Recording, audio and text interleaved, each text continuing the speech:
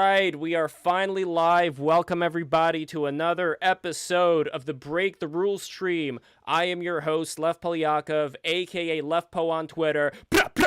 We are back, we are live, coming at you here with amazing guests as always, and we have a newcomer today. And before I announce the newcomer, I just want to say, be sure to subscribe if you have not done so already. I mean it, this is it. Why are you watching the stream and you haven't subscribed? Anyway, we are here with Armand Domalewski. Did I pronounce that correctly? Yeah, close enough. Domalewski. I always used to tell people if they couldn't pronounce it to just say Dom and then you sneeze, and it's pretty much it. And what kind of surname is that as far as origins go? It's Polish. My parents are immigrants from Poland, but I was born in the U.S.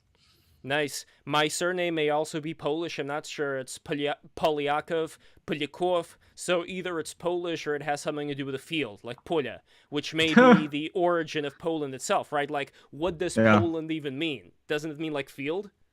I think it does. I really should know more about this given my ancestry, but I'm sort of fake Polish anyway because I have a French first name that my mom. No, we're not French at all. My mom just thought it was cool, so.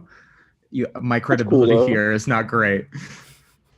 And also we have Chicano Marine joining us once again, aka King Rush on Twitter. Welcome, brother. Thank you so much for coming back in. And we have Remus Ventantis. I am not pronouncing that correctly. It's Ventanus, like 20 vent. You know what I mean? Yes. Ventus. Right. And both of you guys, have you ever played the I never get to say it correctly, you know what I mean, that game, the one with the Marines? I mean, you're an actual Marine, Chicano Warhammer, yes. Yeah, Warhammer 40,000. Yeah. Chicano Marine, have you ever played Warhammer? I have not actually. I was in the Air Wing, so we didn't do much of those games. What kind of wing were you in? I was in the Air Wing, so I was, even though I was in the Marine Corps, I was my job was as an aircrew chief. I was on helicopters, so that is amazing. Okay, that's more of like the grunt side, I assume. Like they kind of do all that stuff. There was a game my father used to love playing called Thunder Strike it was both for the Sega Saturn and PlayStation. I don't know if you grew up with that game or not, but that was a fun one. But anyway, we also have Apex joining us as well with a Deal With It shirt. Welcome, Apex. And I guess we shall get this started as far as the main subject. Biden's in the White House now. We're going to have 4 years of Biden. And what are some of the predictions that you guys have as far as what is going to happen with America? Are we going to go back to what people are kind of looking forward to in some way? Like people are looking forward to having more of a banality type view of whatever's going on in politics, so people can just chill the hell out from all the back and forth that's been going on these past 4 years. Do you think that that's going to happen or not? So let's start it with our newcomer, Armand, and also tell us a little bit about yourself as far as you are in analytics, right? So go for it. Sure. My name's Armand Domalewski. I live in San Francisco. I work in economic analysis, data analytics, worked for private sector, nonprofits, government, things like that, worked in politics. I think things will be if you look at it historically, so I actually have been thinking about this a lot, is like there are some parts of our politics that seem to be reasserting themselves as being really normal. But if you look back at the last historical era that was sort of like this in the 1917s, with the Spanish flu, right? We had this like giant epidemic, World War I, super crazy. And then when it ended, we entered into like the Roaring 20s and eventually Great Depression, World War II, which is a wildly different era from everything it passed before. And I just think it's unlikely that things will go back to sort of the normal status quo. What you saw prior to that era was like for about 100 years, really, like politics, the society, like progressed up and down, but things didn't radically change as quickly as they did. But following the Spanish influenza, which killed tons of people, you actually had huge changes in society happen very, very quickly. And I think, we've been packed, like we're doing this shit, right? Like we've been inside for a year. We're hopefully getting out soon, in a couple months, who knows? But like, we've gone through all this crazy societal transformation. Like kids have been their lives are supposed to be shaped by like going to school and all that, and they've been inside all of this for so long. I think it's good. I'm actually happy about that, because they're not going to be brainwashed. I mean, they are going to be brainwashed by maybe other things, but the school apparatus is not going to have as strong of an effect on them through the peer pressure, because I think having a screen, even though I try to break through that by reaching out to different people here, I think the screen still serves as kind of like, you know, less of a psychic effect than having somebody right in front of you telling you something for both good and bad. So, I mean... so that's why I think it's hard to predict if it'll be good or bad, but I think you kind of shook things up. You cut off the old system, and who knows where it's going to go. Sorry, someone's asking. Yeah, I was gonna say, I don't actually know that that's true. I think the screen, they're two sides of the coin, right? It's the teacher is the kind of thing where you can become more cognizant of the fact that you're being programmed because there's somebody telling you, talking to you, like they're embodied, right? They're in front of you. But the screen has a sort of it almost feels fake. You know what I mean? It has a like a pseudo reality kind of thing going on where you feel like it's not real and it's not true, but it as a result, it's sort of lulling you to sleep into thinking that it's not actually affecting you. You know, I think kids, you know, from what I'm hearing, kids are having a fucking rough time right now, man. They're a lot of these kids, they haven't seen their friends, and like it's not good for children to lose social environment like that for such a long period of time. And I know in California, you guys have been locking down like crazy. Yeah. You know, I mean, I think the kids are gonna be weird. That's like all I'll say. Like, exactly. A lot of what I learned about like being an adult or a human socializing was like those critical years. Just being around other kids, like and yeah, I have no idea what it depends. It depends a lot on what stage of your life. You know, like kids. For example, right? Like I have 3 kids. My oldest kid just left to college this last year, and my daughter is a junior in high school, and they were both losing their shit. Like when we were in Arizona, we were in like complete lockdown. We didn't go anywhere. We were just doing everything from home. I was pretty much the only one who left the house to go get groceries, and that's about it. And they were losing their shit. They were like complaining every day. Sometimes my daughter would break down and like cry and like. So yeah, they were having a hard time. But then I have a son who's 12, with autism. He could not care less. He loves. Is he one of the people in the chat right now? Is he in the chat? No, he's not. That's a special power, man. Waking up. He loves waking up, getting ready, getting on his computer, going to class. He was actually kind of struggling a little bit when he was going, because he goes to a school for children with autism, and which was way better than, because before he was in public school, and that was horrible. We found a school for him, so then he went there, and he was doing pretty good. But then when he started going to school from home, for example, he was struggling with math. He was like doing 4th grade math, and he's a 7th grader. At the end of last semester, his teacher's like, "Did you guys get him a tutor?" I'm like, "No, we didn't do anything." He's like, "Well, he caught up in math, and he's actually doing 8th grade math now." And I was like, "What the hell?" I was like, "What have you been doing?" He's like, "Oh no, just read it." Like he just does it. Like for him, it didn't matter. Not only that, he's doing great going to school from home. But my son and my daughter, like, they can't handle it. My son, when he finally left, because he's at the dorms now at school, which is a little rough because Arizona, we're kind of screwed with the COVID. We have the highest rate of infection right now in the world, I think, per capita. Jeez.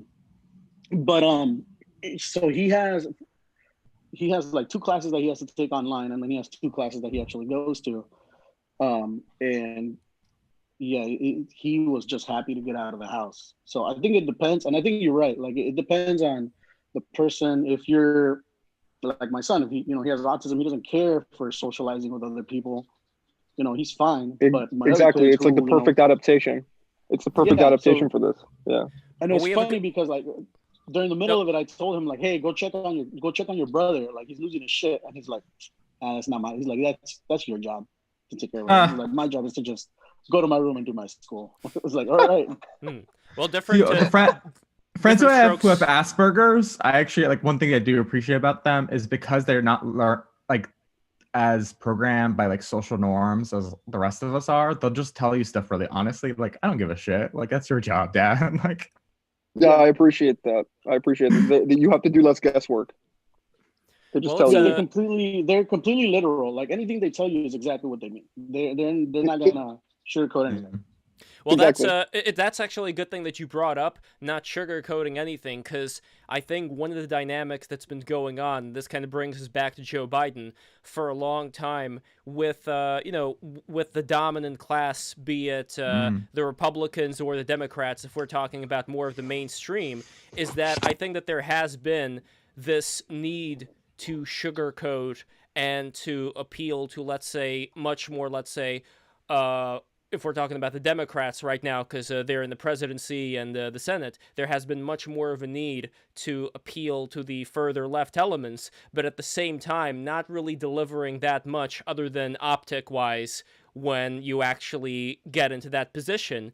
And it's been going on for a pretty long time, which leads me to believe that unless there are other things we can take a look at that would show a slow kind of dismemberment of the American way of life through all kinds of different laws that were passed or, anything of that nature. If we could forget that for a second and just focus on, okay, you're in charge, people who, let's say, are more on the, more on this questioning side of Twitter when it comes to this stuff, they would say that, okay, they're going to get the gulags ready now for all the Trump supporters. But then my way of looking at it, to play devil's advocate here, is that maybe this whole thing has been them kind of creating an environment where the left, like let's say the more extreme left, feels placated through using nice language that appeals to them, while at the same time the most important thing for them, as well as for, let's say, more of the mainstream Republicans, is just to maintain order. Regardless of whatever happens, just maintain order, make sure nothing goes too crazy. And if I were in that position, I don't know if I would do anything differently without knowing, again, all these other laws and trade deals and things of that nature that have been passed. I could say, okay, shit, maybe this is exactly what needed to be done to maintain this kind of order so people don't go crazy. But, Chicano Marina, what do you think? I would argue that, you have a point. As far as the left goes, but I would argue that I would never say that the conservatives are there to maintain order after what happened at the Capitol building. Well, to be clear, right now, just for the sake of this conversation, I'm talking about the mainstream neocon, whatever you want to call them. The Koch brothers. Those are, yeah, I understand what you're saying, and I understand, like I said, where you're coming from, and there's truth to it. But what I believe is, I don't think, like you were talking about, what's going to happen. I think it's going to be boring. I think politics are going to be boring. I think, the left's going to do what they do. Democrats are going to, say that they're going to try to do all these big things, and then most of them aren't going to happen because the Republicans are going to, make sure that it doesn't. That's what Republicans are good. That's what Mitch McConnell is fucking great at. You can love or hate Mitch McConnell. I fucking hate him, but he's great. He's a great politician. He knows how to get things done, whether he's in power or not. When he was the minority, he was able to hold up all sorts of things that the Obama administration wanted to do, just because he knows how to play the game. So I think it's going to be the same thing even now when they're trying to work out how are we going to split power now that it's 50-50 in the Senate. Yeah, it's 50-50, but Democrats have the majority because we have, the House and the vice presidency. So what's going on is he's telling them that, hey, this is how we're going to share power, and you can't get rid of the filibuster because, that would be horrible for you to do that. Even though when he was in power, he didn't give a shit. So I think it's going to go back to the thing where, Republicans are going to be obstructionists and Democrats are going to try to pass things that Republicans don't like, and like I said, it's going to be boring, and I like that. I hope it's boring again. Well, that is a very interesting take that now I would want to contrast with. Hero's just joined us right now, and I think Hero, you may have something to say about that. So let us hear what you have to say, if you've heard the conversation so far. That is. I'm not fully caught up because there's a jump in between where the stream is and where I jumped in on. What was the last thing you're saying? So I was basically talking about how when it comes to this idea of going back to this blandness and this, business as usual thing, that Chicano Marine agrees that this may be what's going to happen. And as far as the frustration that people who are more on Trump's side, or more, let's say, populist type people who are not so much the neoconservatives nor the Democrats, that there is a demoralization that they felt, and there are issues that have not been addressed that they were bringing forward. So this is pretty much like, if you can express what those issues would be, just so everybody kind of understands that, okay, this is the thorn in the lion's paw right now. Where do I even begin with that? It's we're entering into a very interesting time. I think spectacle wise, we've had the media just hype up every single thing. A mustache hair twitches on Trump's face, the media loses their fucking shit. So like, we've had that for 4 years. And, whatever, like, you're pro something, you're against something, whatever it is, like, it was just explosive and, like, dramatic and extreme. Now that Biden's in charge on that end, on the spectacle end, things are going to be extremely boring. The news is just going to be, covering for whatever he does, just doing their mainstream neolib shit. It's going to be that. Where I think the interesting thing comes in is where both the socialist left, or maybe you want to say the progressive left, and the new nationalist right, where that is. I think that's where the most interesting things are going to happen in the next few years. And I think that's likely going to be done kind of in the background. You'll see when those get really hot, those will pop up on the news, and the anchors are going to act all outraged, and they're going to be jumping over each other to disavow X, Y, and Z and all this stuff and yada yada. I don't really care about that. But I think on a cultural sense, and on that end, we're going to see things get really, like, that's where things are going to be really interesting. We've seen now with this whole I'm not going to say things that are going to get you in trouble. How do I put this? Yes. Shenanigans. With the shenanigans going on. The party, dude. Huh? Yeah. Sorry? The party, the big old party. Well, everybody saw.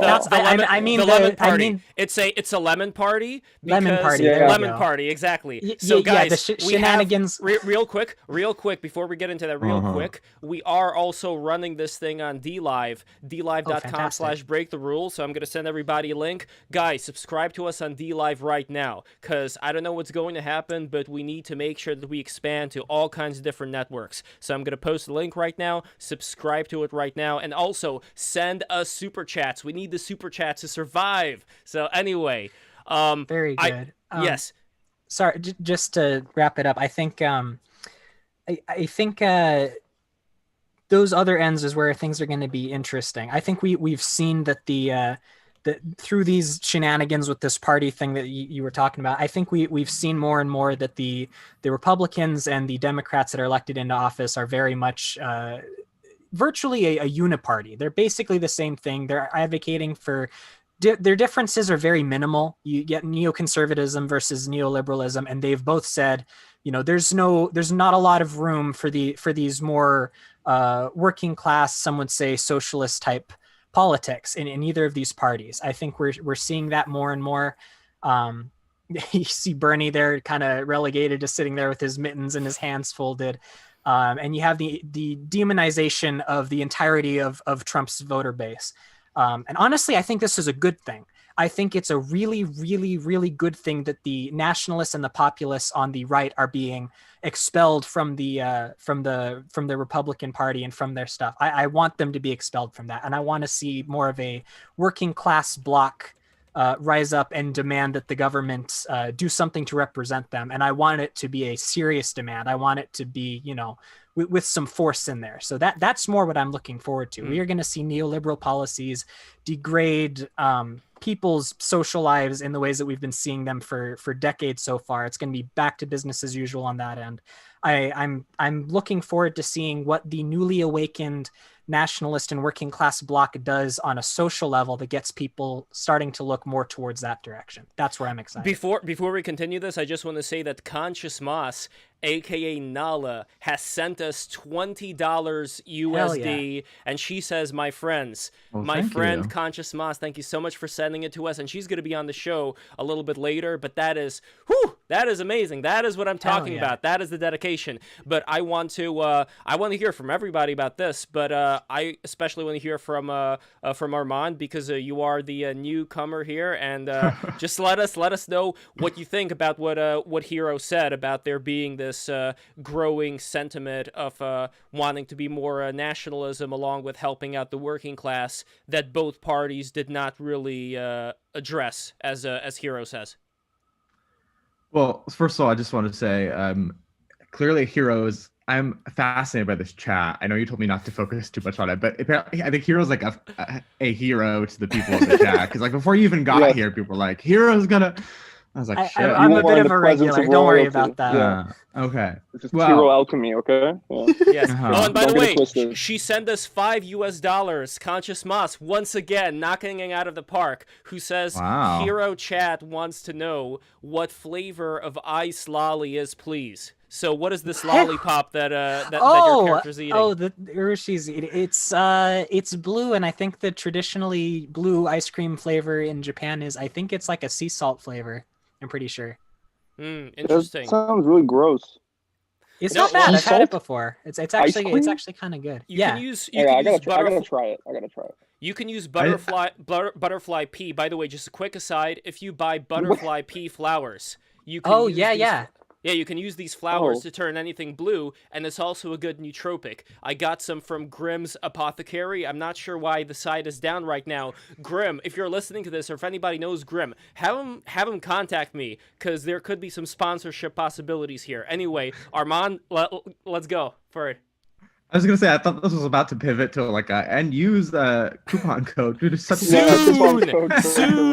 I'm gonna soon. We're soon gonna have sponsorship. Absolutely. Okay. So while I am I was like a Bernie Sanders progressive. Yeah. I've like marched with Black Lives Matter. Like, I think it's far too far to say that like the both parties or centrist establishment is identical. Like, just having Biden elected and specifically flipping Georgia, like, there was not going to be another stimulus package, and now there's one proposed for $1.9 trillion. Today, Biden signed an executive order that makes 12 million more families eligible for food stamps. Like, I don't think any of these things are fundamentally changing political system, but like, as somebody who grew up on food stamps, as somebody whose family was really, we were refugees, and they're about to sign an executive order increasing refugee cap, like, that makes a real difference in people's lives. I think it's too far to say, oh, nothing will change. Liz Cheney and Biden are the same. Like, no, like, stuff did change because we won Georgia.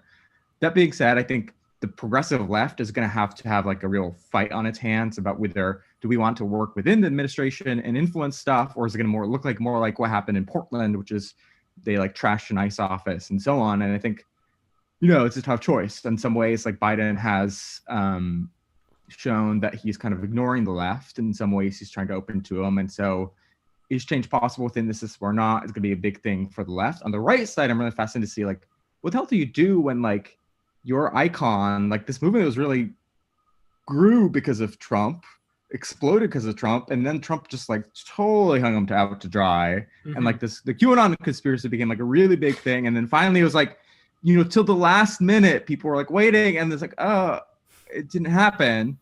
I've never seen like in my life history. Trust the plan, dude. Oh my God, shut up! Like, I honestly don't know. I've never seen in my life like a political like movement that built itself around. It was actually kind of bold of them, right? Because they're like, no other party I've seen is like, if this thing happens at exactly this day, we'll be right, and then it didn't, and they had to do the next thing, right? Like.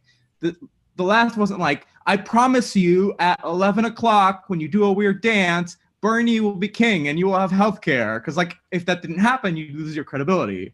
But, like, I don't know. I've seen a lot of people on the right arguing, establishment trying to reassert itself through folks like Liz Cheney and McConnell. But, like, I don't know. Like, Fox News is going back to doing segments. I'm like, well, Biden's like tie is weird or whatever. They're like going back to Obama era where it's like, nuts.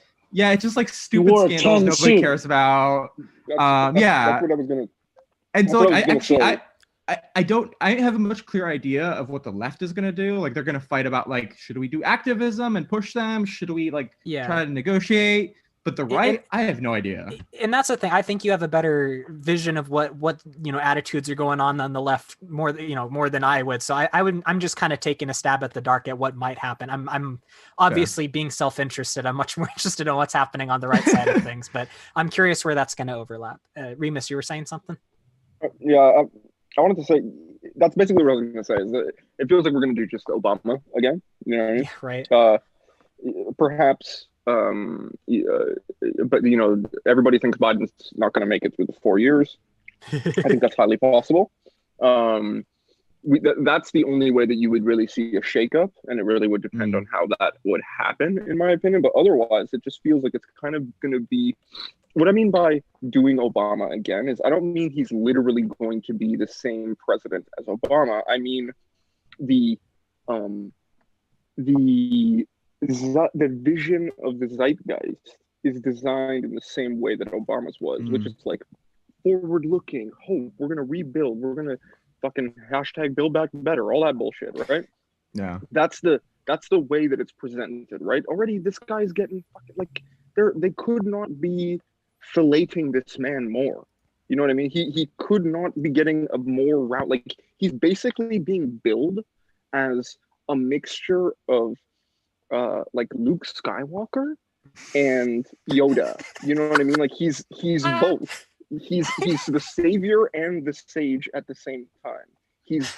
And Kamala is like also, the Virgin Mary, like, perfection. But I honestly don't think that insiders take it that seriously. I really think that this is just bread and circus slop that's given out. You know what though? Like, I don't think. No, go ahead. Yeah, what I was about to say is the language of politics is euphemism and smoke. Like, it's not real. None of it is real. It's designed to show a like, if you go and look back at the beginning of the Roman shift from republic to empire. Augustus, for example, he was obsessed with making sure that everybody knew what his face looked like and making sure that they knew that he was this beautiful, pure, young-looking man. Even into his 70s, the same image is being portrayed of this beautiful, perfect young man. Everyone knows he's old, but they never see him, and that was on purpose. He was designed to be mysterious. He's designed to sort of stay away from from people's actual eyes, and this is a different strategy, obviously, but it's the same idea here. He's projecting an image that isn't true, and he knows it's not true, but the point is to solidify his legacy later. Augustus looks like the greatest emperor because he specifically designed it to look that way. So this is a similar idea that. Listen, the political class has learned over the years that this process is being refined like anything else. They're figuring out how to better sort of portray it, but the problem is that they're not seeing that people are becoming really disillusioned. It's ultimately becoming hollow. People are realizing that this is fucking bullshit in record numbers, it seems like. And yes, some of them are going full Q, and that's it is what it is. Some people are just going to go kind of crazy. And eventually maybe they'll like rehab out or like kind of figure out what's going on. I know people who have gone down conspiracy rabbit holes and sort of like come out and been like, man, that was pretty stupid, and just like continue living their lives. Q is interesting because it's real, but it's not real at the same time.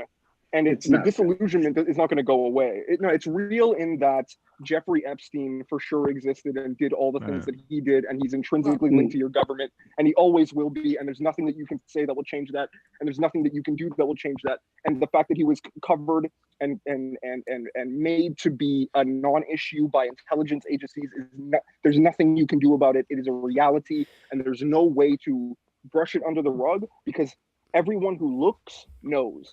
So that's a thing. That's real. But let's take a step back. But let's take a step back over here. Can I just quickly say that anything, whenever Remus talks about like Roman emperors and everything, like because of his icon, I'm like, I trust you totally. Like you seem like you would know. Yeah. Isn't that great? I'm also literally reading a book on Rome right now, so it's nice. It was fresh in my mind. What's the book? That's why I brought it up. FPQR by Mary Beard, which is it's very interesting because the whole point is it's sort of I don't know how like positive it is because I'm not super well, up on my Roman history. I'm not a Roman historian. I don't know exactly what the debates are in the minutia, but she tries to, as much as she can, give a broad understanding of history as it was known for a long time, and then what archaeological evidence actually shows, and those two things are not necessarily the same. They conflict in a lot of ways, but the ways in which they conflict is very telling and interesting. But this is what I mean. Often, what's not said, what isn't shown, is more indicative of what's really going on. And I think here, to sort of circle back, I think here we're seeing an empire desperately attempting to show that everything's fine, we're good, we got everything under control, don't worry. They're trying so hard it looks phony. Exactly. Mommy's here, daddy's here. It's day 3. Like it's day. Yeah. I don't understand. We're not just talking about day 3. We're talking about the whole package, which I would want to analyze a little bit more. And that's where I'm going to. Though. Like, so, because I see a lot of people saying that, like, oh, like you guys are analyzing Biden. Like all these people came out. Most people didn't come out and vote for Biden. 2 million people didn't come out and vote for Biden. A lot of those people came out and voted against Trump. They voted against Trump. It's not exactly. So this is not a situation where everybody's idolizing Biden. Like, I don't think right the people now, I'm just are. happy that there's an adult in charge. That's pretty much. Yeah, I get it. But let's keep in mind when we're talking about class idea. Well, yeah, the managerial. Like exactly, that's their thing. He's saying. But I actually want to defend. I actually want to defend the managerial class here for a second, because I know that they get a lot of slack. And until we get somebody from the managerial class to sit with us right here, like you guys are doing now, which I really appreciate, in the Zoom call, until that happens, I'm gonna have to defend them. So here's how I'm going to defend them. We're talking about Epstein. We're talking about all these secret pedophile societies, yada yada yada. When has that not been the case? That's what I'm curious about. Has there ever been a golden age in the history of empires, in the history of any civilization of the kind that we have, when number one, that has not been the case, and number two, there has not been this illusion that's been presented in the eyes of people as far as, what they want you to think, while really what's going on, like I said before, could either be one of 3 things, let's say, okay? Let's keep it 2. The Romans can probably tell you that the Romans also really love boys. Oh, yeah. So the Greeks? Yeah, right. Absolutely. So this is nothing new under the sun over here. But when we're talking about... I think on the... I'm sorry, am I supposed to... I don't know how the format is. Should I wait? No, you can say whatever you want. It's free for all Friday. Go for it. All right, so what you said about the illusion, I think, actually speaks to something that is really interesting, is that people really want the illusion, because, like, the thing about Epstein is, like, that wasn't secret, like, right? Like, for a long time, everybody knew it wasn't hidden. Yep. It was like the fucking obvious thing. No, but they didn't do big reports on it. No, sure, but it was a poorly kept secret. Right, like, and then QAnon is like, no, it's not good enough that we have this obvious proof of a real, like, pedophile cabal. There needs to be this much more badass, crazy one that's satanic and has weird rituals, and like people are so hungry for the illusion that even when the obvious reality of really bad things is in front of them, like, it's not just that they want the illusion of, like, let's say Biden is more amazing than they think they is. They also want, like, what's evil to be a lot more interesting and spectacular. Mm-hmm. When it's like, a lot of it's just like, I don't know, like. Well, that's where you get, like the fascism and communism stuff. Like, there isn't a single communist. There isn't a single communist in American government. And Donald Trump was not anywhere close to a fascist. He was probably the weakest president in the last century. Fortunately. Besides maybe Ford. And like, but you see each side have to, like, build up their enemy into this kind of spectacular specter almost. To avoid like. My homie Ford could bench, all right? Don't talk shit. and according to The Simpsons, he liked nachos, and I don't remember what else. But that was a good Simpsons episode. I don't mean to simp for The Simpsons. I know they're going through a tough time these past years. But still, even if we have this situation that everybody kind of agree, like, yes, there's this stuff going on in the background. They don't really like to display it.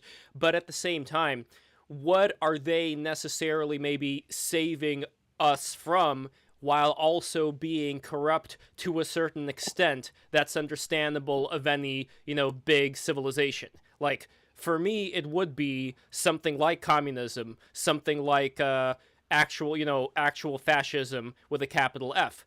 And I'm not saying that they're doing a good job of it, and I'm not saying that this is the only thing that they're thinking about, but it is kind of on the elite to, keep things steady. My thing has always been the dissatisfaction that people have felt both on the left and the right, as far as the lowering standards of the quality of life in the United States, from the 60s onwards to now.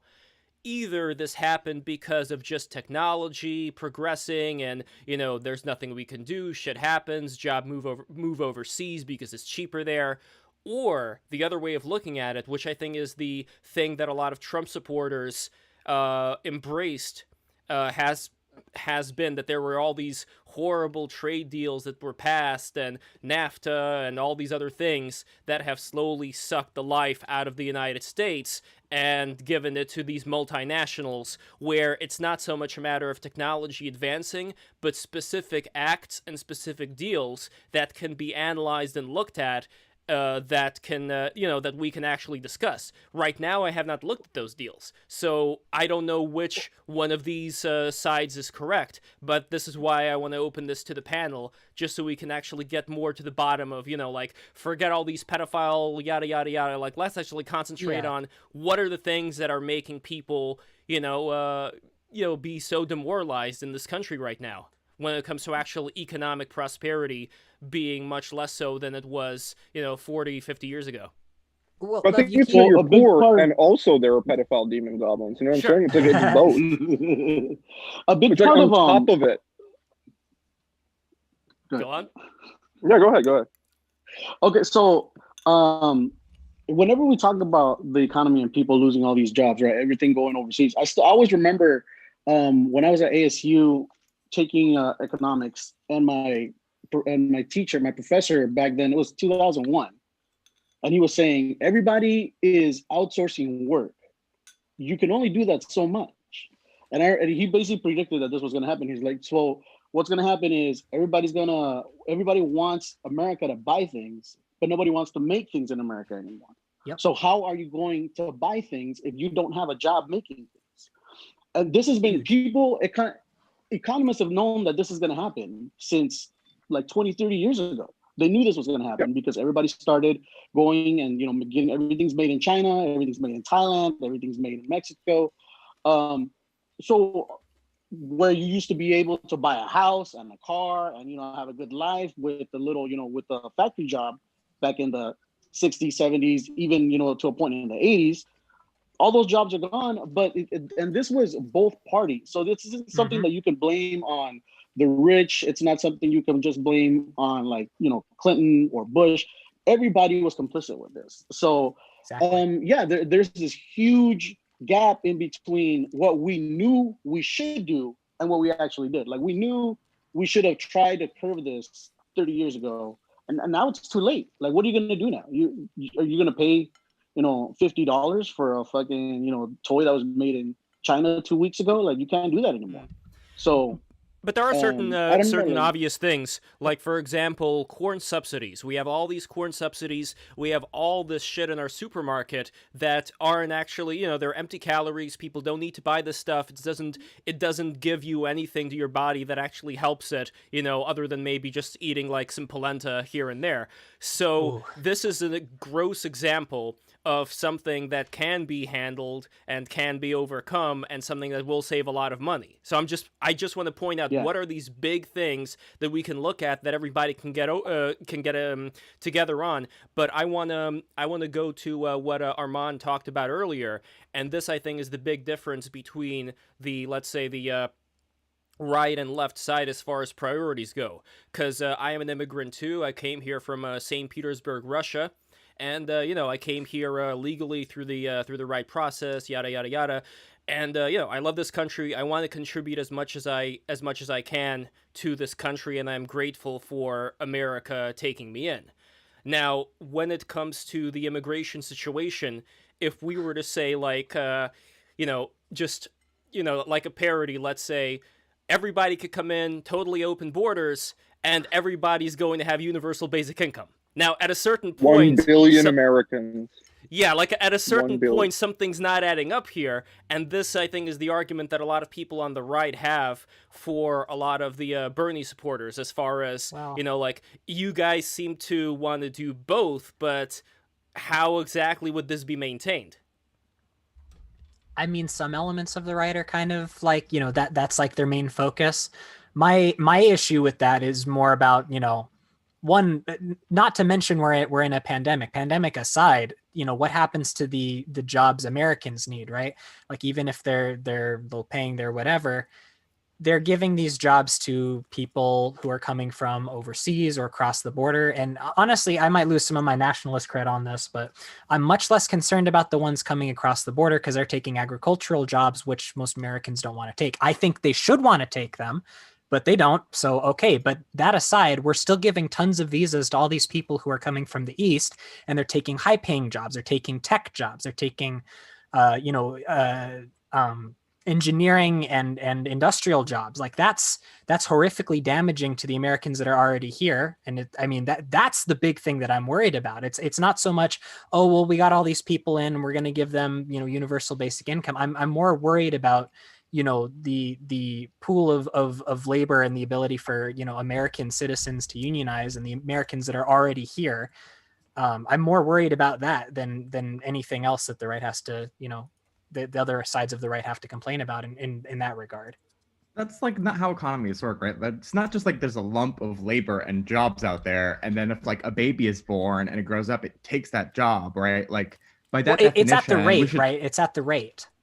Well, no, it's like there are complicated questions on immigration, like infrastructure. If you said everybody can come tomorrow and there's a universal basic income, like that would probably not work very well at the same time. But nonetheless, like people can't overwhelmingly, the consensus in economics, the data, the studies, like show that immigration produces more jobs, right? Because when immigrants come here, they have jobs, they buy things. Incorrect. Yeah, absolutely. No. Literally, the only study that opposite that is the Borjas study, and Borjas has been widely discredited. But what about like real life? The data. Like real life. Like, real things so when immigrants come here, they get a job, they spend that money. Like, time. All right. Okay. A vast majority of the top Fortune 100 CEOs, like a huge chunk of them are foreign-born and created new jobs. Like, so here's the thing. So I do economics research on Wall Street. That is my job. And one of the problems with one is that a lot of the economics as a field is, I will say it was a waste of a degree. Most of economics is pseudo-intellectual bullshit. But the problem is that you can't necessarily extrapolate that, it will always be good or it will always be bad. Sometimes immigration will lead to new jobs and sometimes it won't. And sometimes the gains from those new jobs will be distributed widely, and sometimes the gains will be concentrated amongst a very small group of people. So, if we're just increasing profit margins from decreasing the cost of labor, and those profit margins just flow up to the small group of people at the top, then even if it creates more jobs, it might not necessarily be a net positive. But so I think it is fair to say that like larger pools of labor, while they do overall increase economic growth, can reduce the negotiating power of those individual laborers. The other point, of course, is that there are other considerations beyond just the direct correlation between immigration and the economic growth. It is that at times, and we also know this is true, that immigration can impact the social fabric to the point where declines in trust, etc., can negatively impact economic growth as well. So there's a lot of, and then of course one would sit there and go, is economic growth the only thing that matters? Blah, blah, blah. Exactly. JFK's GDP measures everything that doesn't matter in life. So there's a lot of concerns, and I say this as someone who is kind of politically homeless right now. I was identified the left for a very long time and just couldn't deal with it anymore. So don't really know what I am now, in case you're wondering where I'm coming from on this. But there's a part of me that remains deeply skeptical of most economic studies, just from what I've seen in my own field of work.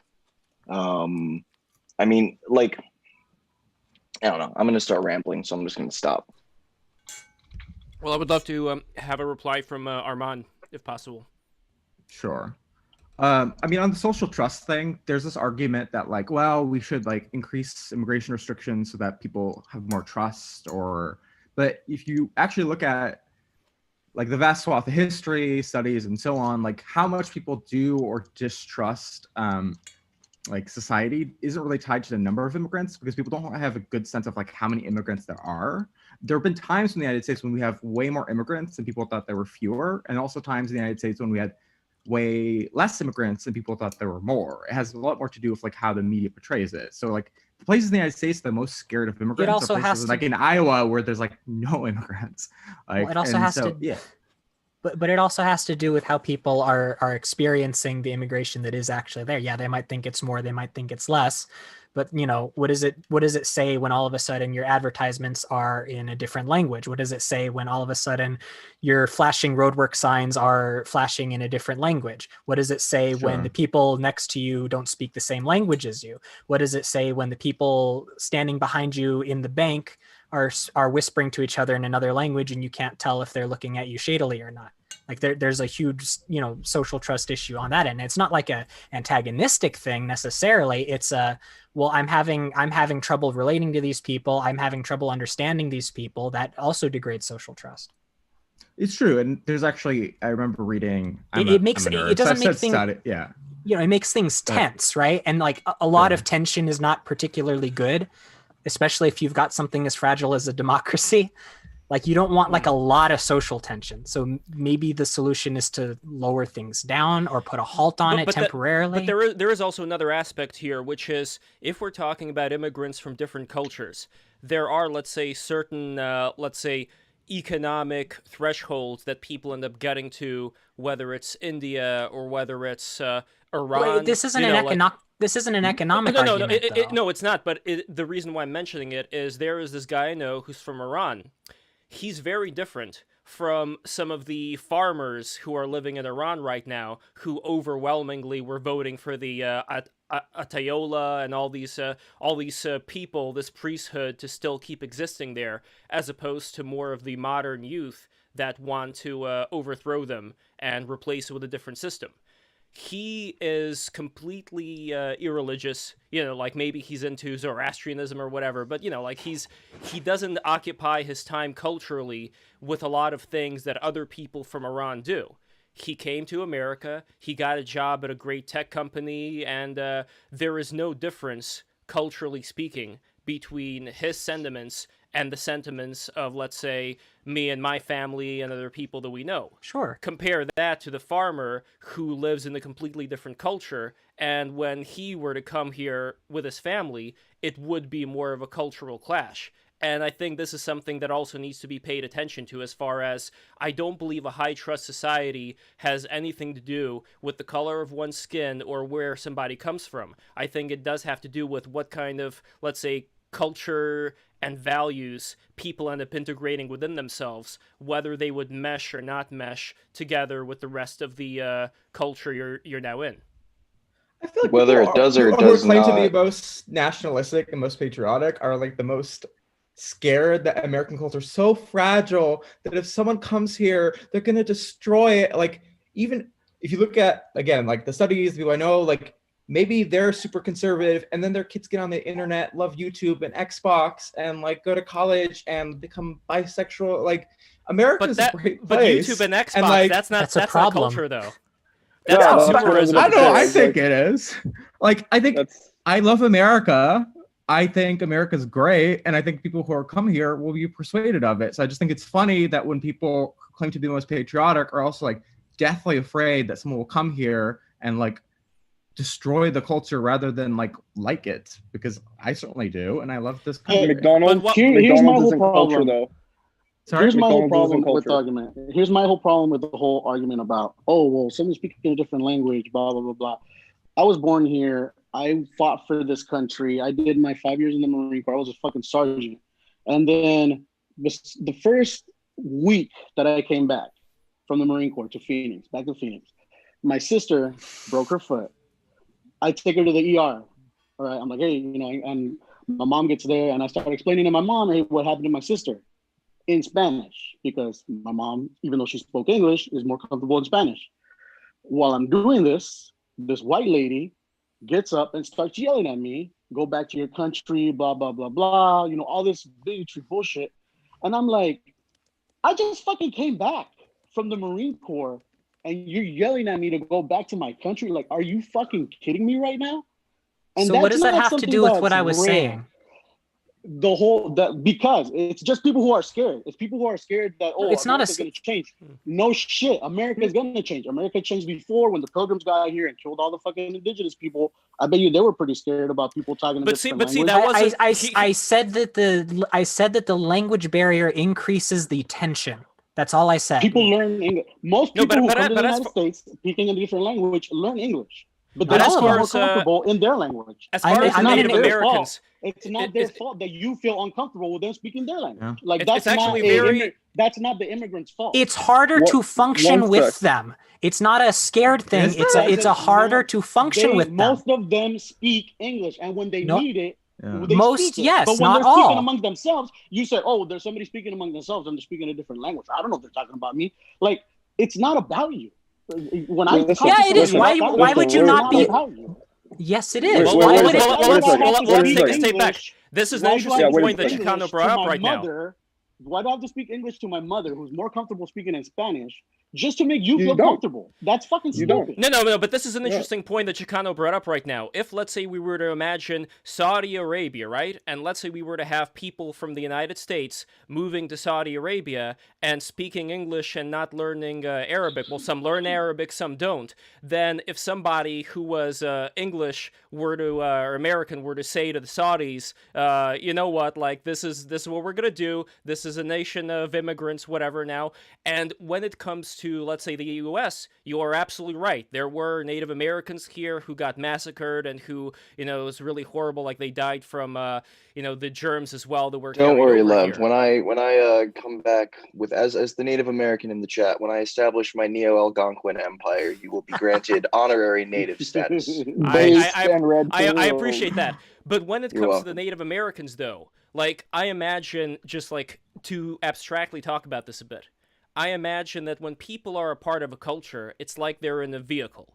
And the Native Americans, they were in a vehicle that was passed down to them from their ancestors, that was passed down to them from who knows who. We're not going to get into the whole Cataclysm survivors right now. But when it comes to the Americans and the English and French and yada, yada, yada, they're also in a particular vehicle. Now, they're in different vehicles within that vehicle, but there are still certain things as far as the kind of things they learn in school, the kind of ways that they would learn to behave, that I think anybody, regardless of wherever they come from, regardless of the color of their skin, would be able to integrate into. Take the Jewish people, for instance. I'm half Jewish, and when it comes to the Jewish people, they were able to successfully integrate from their vehicle into the European vehicle since time immemorial. Like, people talk about the one-drop rule that Nazi Germany had and all that. Well, way before that, during the Middle Ages even, if a Jewish person wanted to convert to Christianity, then hey, all of a sudden, now you're a Christian, now you're in that vehicle.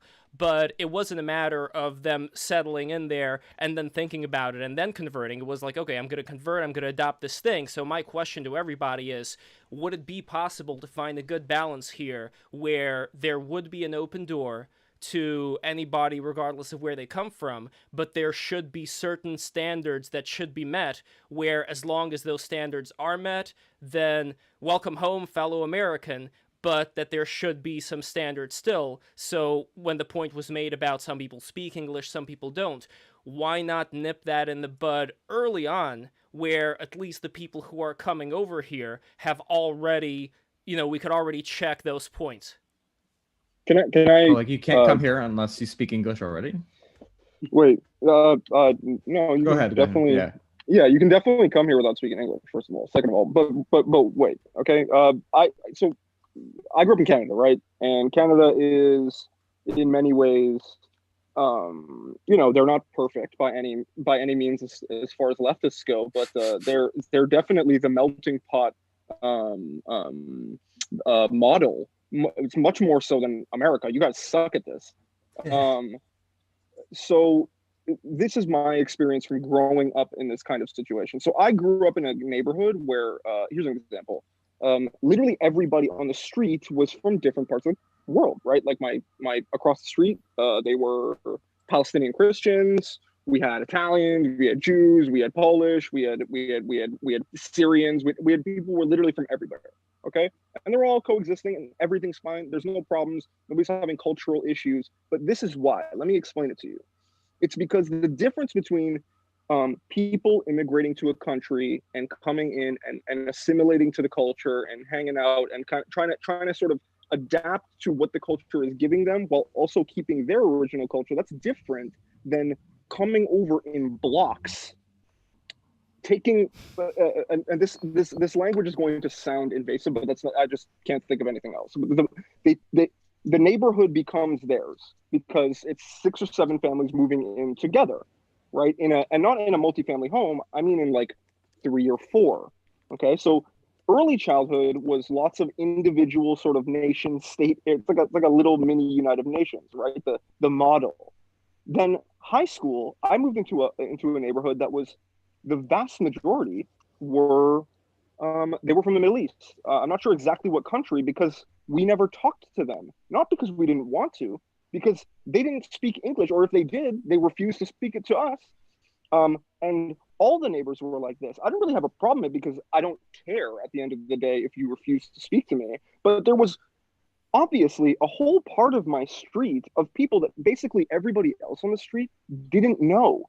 And the one thing that they all had in common was they're all from the same place and they speak the same language.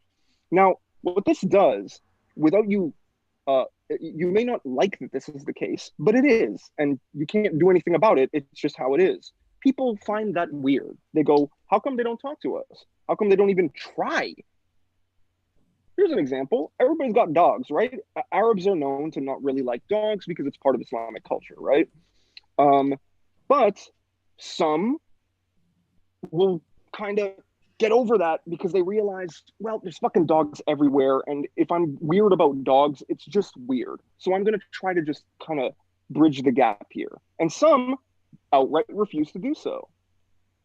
The reason that I'm bringing up Canada specifically is, one, because you have these melting pot examples, but we also have something that America doesn't have, which is Quebec. Okay, Quebec is a massive part of our country in which the vast majority just straight up don't speak English. They only speak French. And not only do they not speak English, even the ones that do speak English will often outright refuse to speak English to you. You want to know why? Because you're in their part of the country. You're in France land. You're not in English land. Now you got to learn our language. We're not going to cater to you. The only place where that happens is Montreal. You can go to Montreal and you can feel cool because everybody speaks English to you. But you go outside of there, you go to any neighborhood outside of Montreal, most parts of Quebec, people are not really going to talk to you in English because literally, fuck you. That's why. This is Quebec, bitch. You better learn. And that's the way it works. And if you don't like it, you can fuck off. And that's how Quebec works. So I know intimately that both of these things are possible to do. You can move to Quebec and completely assimilate. I'm talking anywhere in the world. Obviously, anybody can learn French and you become Quebecois. You're Quebecois now. They don't care. As long as you speak their language, they don't care where you're from. But if you act like an asshole and you refuse to do so, you're not Quebecois.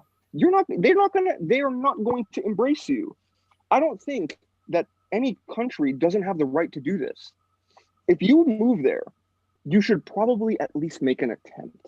And if the attempts are made, then it is up to the native or quote unquote native population to extend the olive branch to be like, thank you. You're actually trying. You're meeting me halfway. Let's go. Let's do it. Another great example of this is Japan. If you go in Japan and you start trying to speak any language other than Japanese to people, they're just gonna like ignore you. They don't. You're just annoying. You're gaijin automatically. You're an outsider. You're not even bothering. If you bother to learn even a little bit of the language, they'll treat you different because you're trying. It's this simple. The problem here is that both sides of this do not want to extend their hand to one another. It doesn't matter if you speak Spanish in public. I spoke Portuguese with my family in public like crazy because sometimes you don't want people around you to hear what you're saying and understand what you're saying. But you're not necessarily speaking some ill, and people can take it that way. But that's life. Fucking deal with it. I know it's upsetting. I know it hurts. That must have felt fucking terrible, dude. To come back from tour and some person's treating you like you don't even belong. That's fucking scummy. I can't imagine. But at the same time, that's fucking life. And people in America need to understand that there needs to be just the tiniest bit of give. You don't need to give everything. The tiniest bit of give. But it has to be black or white here. It has to be all the way or none of the way. It's either you're a white supremacist or you're the whatever's the opposite of that. I don't know. But I guess I just don't see the idea that immigrants aren't trying. Like Chicano literally served in the military, which is like he's trying more than I ever have. Some do, some don't. What I'm saying to you is that some do and some don't, and I'm not asking you if they do or don't. I don't care if you don't understand that or you have a different opinion. I'm telling you that that's the case. It's a thing that happens, whether you like it or not, whether you agree or not, or whether a dumbass study told you or not. It doesn't matter. A dumbass study. True. Yeah, the vast majority of immigrant kids learn English. Like, can I take a different perspective? Yeah, sure. If you don't mind. Okay. So returning back to the native... Real quick, I just want to say that I'm really thankful that we do have different perspectives on these things. And Armand and Chicano Marine, like, you guys are the MVPs for I value your input. So Lev actually, this is a funny I feel like story. the chat really does not like me because I've been seeing some don't worry about the chat. That's fine. This is the olive branch stream. This is where we're actually trying to bring out the olive branch and see what are some of the misconceptions and some of the things that people may be confused about. Because look, if there is something that's said within this discussion that we can outright say, no, this is wrong and this is why, then let's do it. This is what it's all about, baby. So yeah. Apex, so Lev actually gets off on disagreement. He can't flip between CNN and Fox too quickly, or he needs a new pair of pants. But going back to the Native American side, so I am Native American, and my tribe is from Massachusetts, so we have no land, and I think that's important. And there's something to be said about having a home, a place where you're very readily accepted, where like there is a comfort even with people who I don't really know all that well, because basically all the members of our tribe are all over the country. Some of them are all over the world. Like our land is half of an apartment complex that was bulldozed over by the state of Massachusetts, 2 decades ago. There isn't a place any longer. And yet, interestingly, when I went to get my Native American name when I was a teenager, there was like a deep connection. And I think that a lot of times what people want, and it's interesting because you can almost parse through certain statements by other leftists or whatever. And you see, I feel like there's this deep yearning for just a place where one is very instantly recognized, where one is very instantly accepted, where there's a mutual recognition there. And I think that one of the interesting things about America is that, you've kind of got almost for the first time in a very long time, you have what could be described as a continental ethnogenesis, which is that, rather than, or many ethnogenesises going on across the continent, in that there's a lot of the new world cultures, we all died. We didn't have any immunity, so we're all dead, and you've kind of got these pockets of these cultures. And I think that a lot of people feel that their place is disappearing, that their home is effectively disappearing. And while you may say, well, they were never entitled to it, or they, things change, blah blah blah, that's true, and I'm not disagreeing with that. Every culture, every society rises and falls, but it's a feeling that's there. And I think it's just from my perspective, just from what I've felt when I've been with other people in my tribe, like, I think it's a reasonable feeling. And I think that can frequently, sometimes it can be expressed in very negative ways. Sometimes it leads to bigotry and xenophobia and all of that. And that's not, we shouldn't hate one another. We shouldn't be violent towards one another. But at the same time, those feelings sometimes, I think that there is a validity to those feelings. And so when you're talking about immigration, I think that, for instance, I think the difference is that you don't necessarily have to speak English. But I think actually you flip what Lev said, which is that you have a mostly closed door and anyone who wants can come. Because what happens is that as those small numbers, they integrate in very, very easily. I don't think that you should have to, know English before coming here. I don't think that you should have to be Christian or anything like that. You can, be Zoroastrian and know zero English and hate dogs. And I think that's fine. It's just that, what you're saying is the small number of people would mean that inadvertently and so people would change. And as each one of those people would bring something new to the culture, obviously, and that would allow, but I feel that what happens is that it's the really fast transformations. It's the whiplash that really gets people. It's not that, oh, there's someone who doesn't look like me, who doesn't speak the same language. It's the feeling or the perception that it's inexorably moving, I'm losing my home.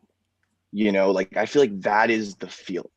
And people can handle change, but they can't handle their world changing all at once, in other words. And this is what I was talking about blocks. And that's what I mean. So my point is that, it would be amazing if we even just had a reservation, as racist and bullshit as those are, even if we just had that would be a step up from the fact that we have nothing, there is no place. And so in this, when people talk about, at least this is how I perceive it, when white people talk about things like white genocide, I perceive it as, while they might legitimately think there will be no more white people, which is nonsense, I think that what is driving that is this feeling that they believe they're losing their home, that they perceive this change is occurring so quickly, and it doesn't look like it's going to stop. It actually looks like it's accelerating.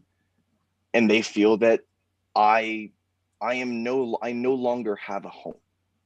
And I think that these kinds of trends have occurred. I believe these kinds of trends have underlied certain amount of Middle Eastern conflict.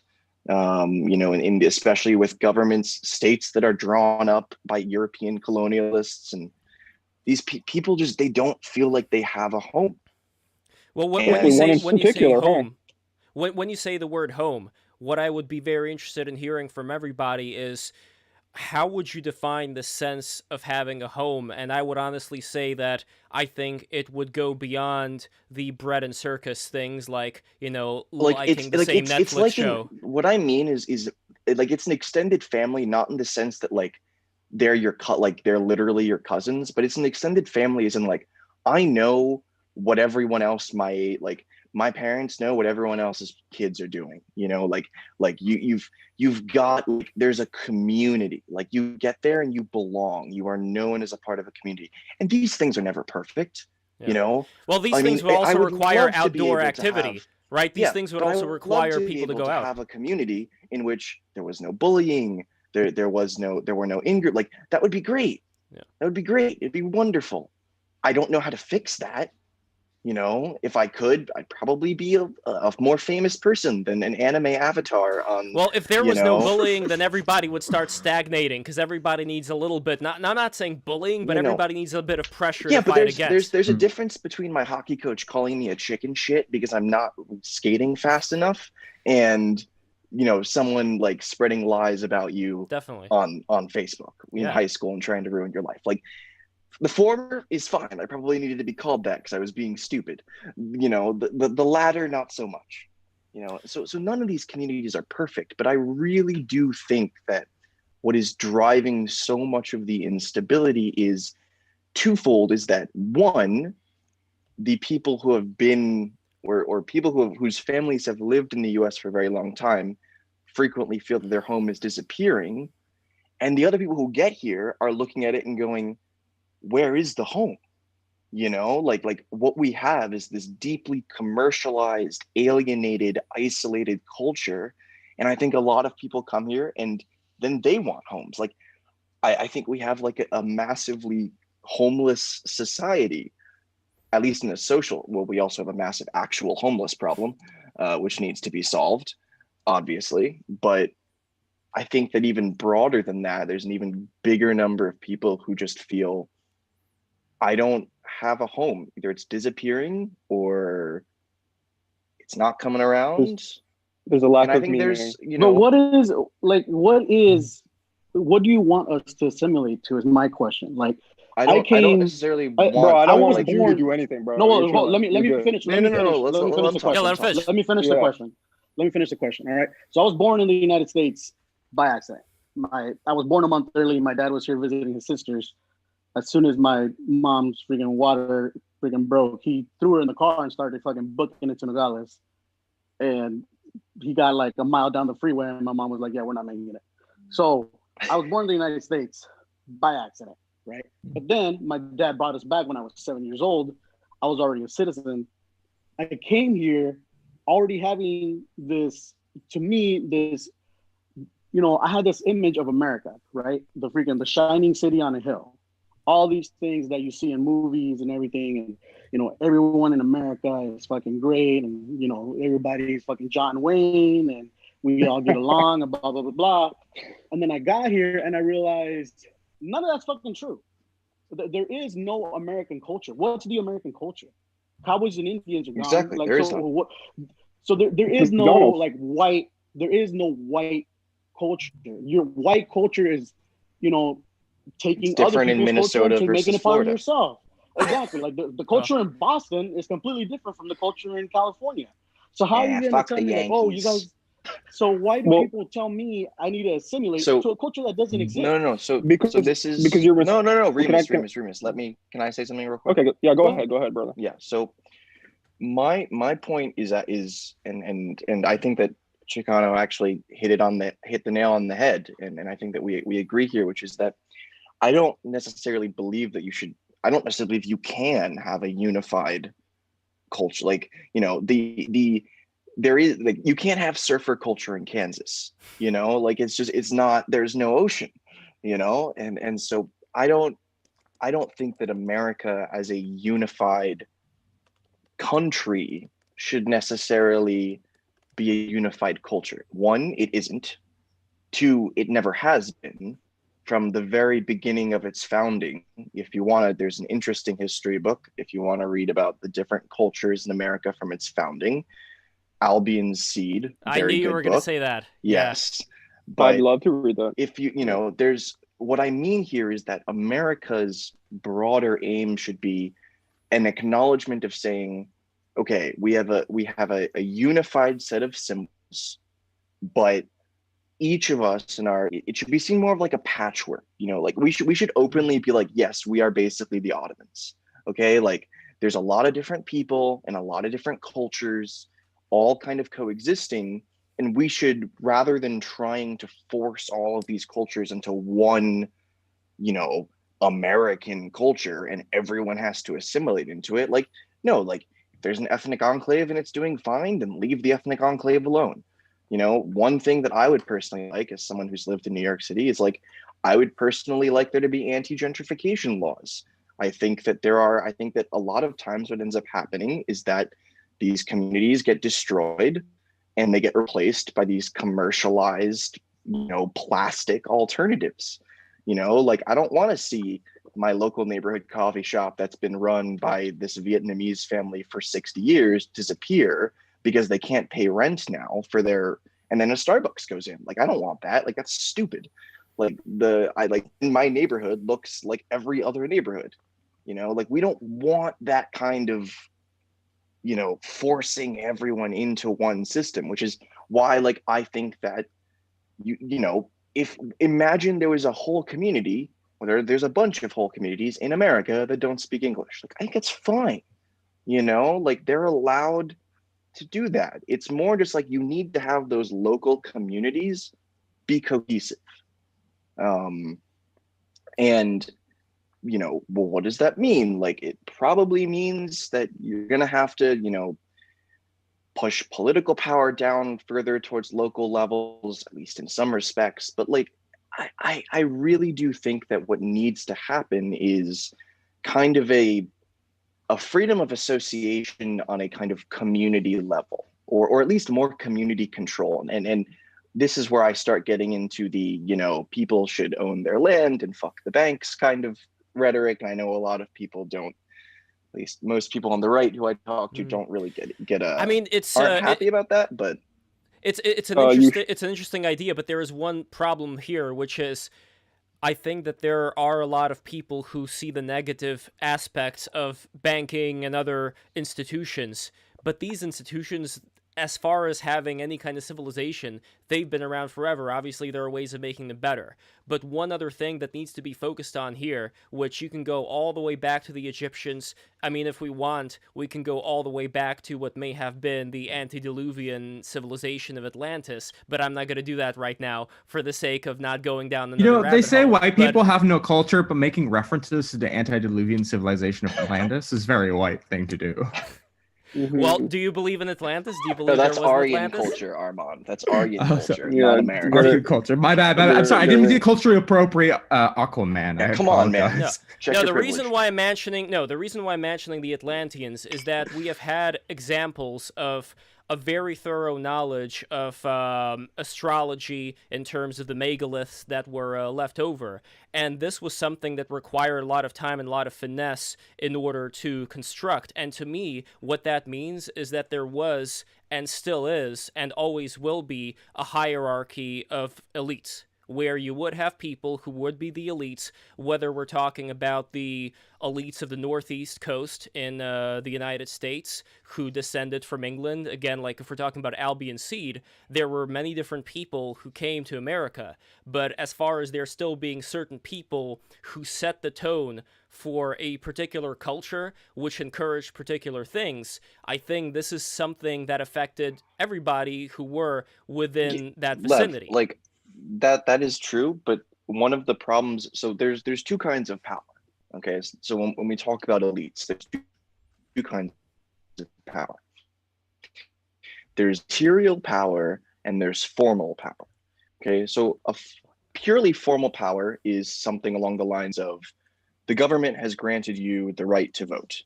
That is a purely formal power. The government can at any point in time revoke that right to vote if a tyrannical government would emerge. A material power is more along the lines of, here is a gun. At a certain point, the material power grants you a formal power because you're going, if you want to take my gun away, you can come and get shot. So when we look at material and formal power, there's something that's important to note, and it may sound contradictory, but it is not. It actually synergizes. Is you can have a concentrated formal power at the top. You have your elites, but they can defend a distribution of material power. So, and I don't just mean weapons. I mean property ownership. I mean self-sufficiency. You can defend that distribution as opposed to centralizing.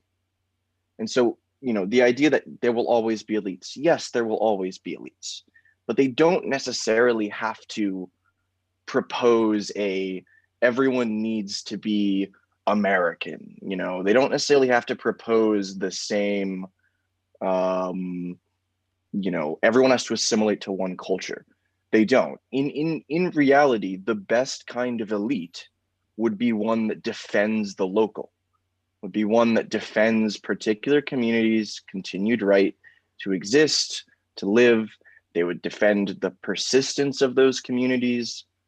With all due respect, like that's what I think needs, like when someone talks about populism, that's what I see, or at least that's part of what I see, is this idea that on both left and right is, you know, the idea that there should be a defense of a distribution of power, that the banks, the mega corporations, they've centralized it far too much, and you need a Teddy Roosevelt to come in with a big stick and smack Jeff Bezos over the head a few times and let his employees unionize and split up Amazon Web Services from that runs a third of the goddamn internet. You know, that's kind of what the elites need to do. And so that's definitely part of it. I agree. But then there's another. Ask a question? Sure. So, but earlier I wasn't like somebody. I don't mind being criticized, obviously. I just thought it was funny. I've never seen someone make memes of me like that. So I find it very entertaining. Wait, so if someone made, if you looked at the chat, someone made memes of Levy pointing a gun at me. God. I was like, oh my God. No. I would never do that. I would never do that to you. But then people were like, oh, he's getting so mad for getting criticized. I'm like, no, this is hilarious. Like, please keep, whatever. The memes are great. But Apex, I guess what I'm confused by is like, what is the sense of people want to lose, like this loss of local power, they're losing their communities, and you're Native American and you compared it to sort of what happened to the American peoples, but like objectively, like Native American peoples, indigenous tribes got brutally murdered, right? Like that is an objective, like, yes, they lost their home. Yes. They were horribly slaughtered versus like, or disease, some biological warfare, some not, versus like objectively what has happened to like white people in America. It's like there are more brown people here. Sometimes people speak Spanish in a bank. Like I just don't see these things as remotely comparable. No, and I'm not, you know, trust me, like I'm not trying to you know, delegitimize, like, you know, the legitimate genocide of my ancestors. Yeah, I wasn't trying to accuse you. I was just confused. No worries. Yeah. What I'm trying to do is, and this is, you know, I've been in a very odd place politically myself. I really don't feel like I belong anywhere. And so I've been kind of trying to just look from the outside for the past few years and just do my best to empathize with different groups of people and see where they're coming from. And especially, you know, when I talk to my friends who are Bernie bros or otherwise, you know, Green Party voters, or who were Trump supporters, or who were Bernie supporters and then became Trump supporters, like, you know, all of these kinds of quote outsider perspectives. What I feel is, you know, subtext wise, is a yearning for the same kind of feeling that I get when I'm around my tribe, which I don't get in a 96% white neighborhood where I grew up. Like, most of my best friends went to the same high school as me. You know, I still talk to them. You know, 8, 10 plus years later, we're still really close.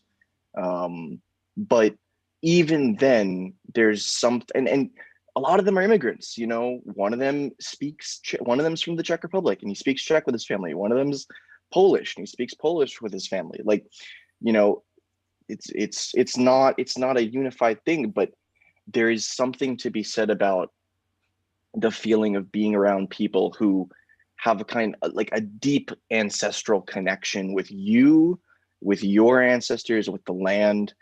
And I know it's not the same, you know, and I know that at some point you're kind of looking at, you know, these white people and being like, stop being pussies. Like, my God, you know, like the world is not ending. You need to get, you know, take a breath, go outside and be normal, for the love of God, you know, like I understand that. I mean, I feel, look, just, Hero, let me finish. Let me finish. Yeah, Let me okay. finish. I need to clarify. I understand that feeling, but I feel that is a misrepresentation of what these people feel.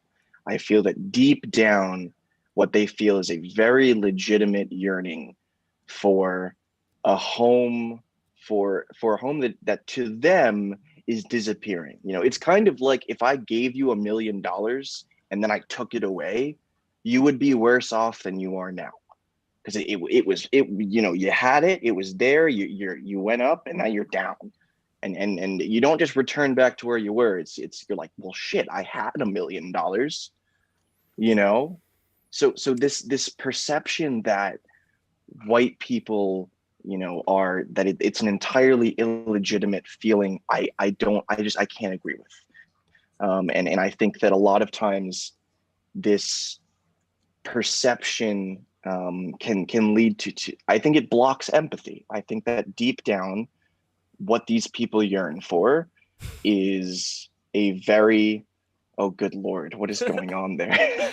Myself is wiling out. Yes, but what yeah. really, I think it's a legitimate concern, and I think that deep down, like, people deserve to have homes, and that's why, like, one of, you know, I love urban planning. Like, it's, you know, if I win the mega, I think what the Mega Millions is tonight or something in America, if I were to win the Mega Millions, I'll dox myself. I'll become like an urban planner, you know. So if you see someone win the Mega Millions and become an urban planner, that's probably me, you know. But like, I really do like the idea that, like, in New York, all the different parts of New York are different. You know, like the Upper West Side and the Upper East Side are they're within what, a mile of each other, totally different. You know, there is still something that I would add though, as far as Upper East or Upper West or me. Like, I went to Catholic school in Love, Brooklyn. I really want to clarify something. Yes, go for it. Hero. Okay, yeah, I've been talking too long. Hero, go. Sorry, it's more so just that. So there's a lot of levels to which I agree with you, Apex, and I think that's an intensely important discussion to have. I think that's super interesting, and I agree with you on a lot of levels to that. What I was saying was very much, let's say, not at that level. All I was trying to say in my own example about, oh, people don't speak English in the bank and all this stuff. It's not about like, oh, I have a huge problem with this. Oh, I have, you know, oh, this is a terrible thing. My point is just like, if we're going to have multiculturalism work, I think we need to look at areas that cause tension. And that was just an area that causes tension, maybe unjustified, maybe justified, whatever it is. It just causes tension. I think that's something to look into with regarding immigration. That's all I'm saying. I'm not saying like, I want these people separate from me and all this stuff. Like, again, that's something interesting to talk about, but that's not what I was saying. Yeah, no, sorry. I think it's interesting. Yeah, no, I hope that the places. Sorry, Armand. Yeah. Armand? Oh no, go ahead. Real quick. Yeah, go ahead. I just want to say, I hope I didn't. I did not mean to misinterpret to interpret your position or represent it that way, Hero. And it's also partly why. Okay. It just partly good. Why, it was just that that's where it went, and I just wanted to clarify and make it obvious. No, totally understand. Yeah, no. So like I kind of went off away from the whole trust and social functioning thing. So okay, glad we're clear. Sorry, Armand. No, I was just gonna say Apex and Hero's point, I think, interacts in an interesting way in that, like, your examples are of, like, that's what I love about San Francisco, right? There's a Chinatown, the Mission, like, the places that have the least social trust, especially on immigrants, are the places that have the least of them. And so I think a lot of this, like, the places I've seen in America that my family has been in, like, my parents are immigrants, like, are the places that have the least diversity, is because it's like there's so much hype and fear in the media. And I think a lot of the distrust happens when you don't actually know people of different cultures or interact with them. And your only vision of them is what Fox News is piping into, like, your TV screen every day. And I think, like, it's less people are afraid that, oh, I hear Spanish in a bank. I know here that's not, like, you're just an example. I think it's more of, yeah, I hear news stories about it all the time, and I don't know any of these people. And I think actual interactions with folks, like right. I'm actually a couple people cities you over actually know. Here, so. Yeah, I'm a couple cities over. Can I ask Guerra? I'll say Silicon If you don't Valley. want to dox yourself, yeah, okay, fair enough. South Bay, in other words. So very, very similar. I know what you mean, and it's not that you can't. You know, a lot of my best friends are Asian immigrants. It's not a thing like I have this super paranoid view of all these people. It's something that I've noticed that makes things slightly more tense than maybe they should be, especially when political tensions are so high. Is being swarmed with big waves of new people, even Mexican people that live where I live. They have a hard time, not a hard time, but they get more tense when there's big waves of new people. Maybe they even speak the same language. I'm just saying that like the rate at which people are coming in at some points is concerning if you want cohesion. That's all I'm saying. Has anyone else read Jane Jacobs by any chance? Yeah. Okay. So I am also like an urban planning nerd. So yeah. Awesome. Yeah. Awesome. Armand, you're dope just for that. Thank you. But one of Jane Jacobs's books, and if you haven't read her, she's phenomenal. Definitely recommend to anyone watching. But one of the books that she wrote is I have it. It's The Death and Life of Great American Cities. And one of the things that she said there is that great cities can be understood as federations of neighborhoods. And this is what I think Armand is getting at with San Francisco. It's what I feel in New York, is that you have these neighborhood blocks that are fairly cohesive. Like I love going to Koreatown in New York City. I love it. And it's only like one street. It's like 33rd Street between 7th and Broadway. Great restaurants there. Yes, great. But like everyone there speaks Korean, and they have their tight-knit culture, but they're within a broader, like if I were to look at New York City as a whole is not that Korean, but I go down to this neighborhood and there's a place. There's a home for a lot of people, and so I think that really we kind of have to look at this almost as a fractal, in that great cities are federations of neighborhoods, great states are federations of these cities, and you can have a very diverse country that simultaneously is very cohesive and allows for a home for everyone. Maybe that means that neighborhoods look more like ethnic enclaves. One of the things that one quick example is like with anti-gentrification laws, like I don't necessarily like the fact that if I have friends who are not white, they're probably going to be moving, because the rents go up and their families can't afford things. And because of the way our society is, they tend to be disproportionately poor. And then I lose friends because I can't see them. You want to maintain these communities. And I see in the chat, there's good and bad with enclaves. Yes, of course, there's good and bad with all of these kinds of systems. One of the important things here is that we can't confuse a good that's taken out of balance with an evil. You can pursue a good and take it too far. You can pursue, a lot of times goods need to be pursued in balance, but if you pursue one good too far and it goes out of balance, things go bad. I would very much like to see more of that kind of federation of neighborhood system, and I think that would be a resolution to this kind of homelessness that I feel is driving so many people on both left and right. Well, one key component of that, I think we were talking about the Upper East Side, Upper West Side. We can look at various different dynasties that have existed in New York City as far as influence goes. Like we're talking about like the Astors and like Lady Astor having all these fancy schmancy parties, bringing in her people. Like all these elites, I don't take them for granted either. I know that they may be up to some bad stuff once in a while, and they definitely need to be kept in check, especially today. But the important thing for me is that when you have people who set a certain tone, regardless of the various enclaves that there still are going to be certain systems that echo each other. For example, I went to a Catholic school in Brooklyn, and I got a certain kind of education that would have been different from, let's say, if I were to go to a Reform Jewish yeshiva, or it would have been different from me going to the Russian Orthodox school that I went to for 1 year when I was like 5 years old or something on the Upper East Side. Now, religiously, these are very different systems, the yeshiva, Russian Orthodox, and Catholic, even though two are Christian and one is Jewish. What they do have in common, though, is as far as taking in, you could say, culturally appropriating different aspects of things that have been found to be good for creating the next new leaders, the next people who would be able to set other good examples for other people to follow.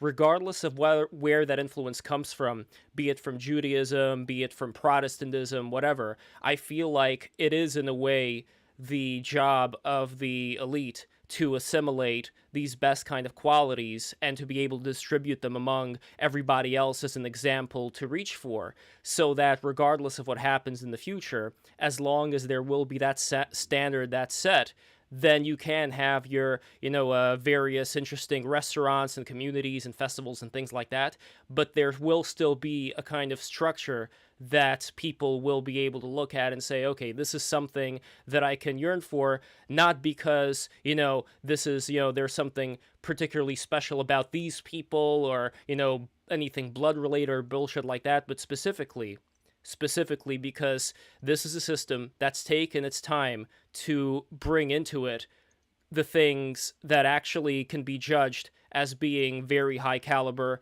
and that anybody, regardless of where they come from, can be able to get into and be a part of.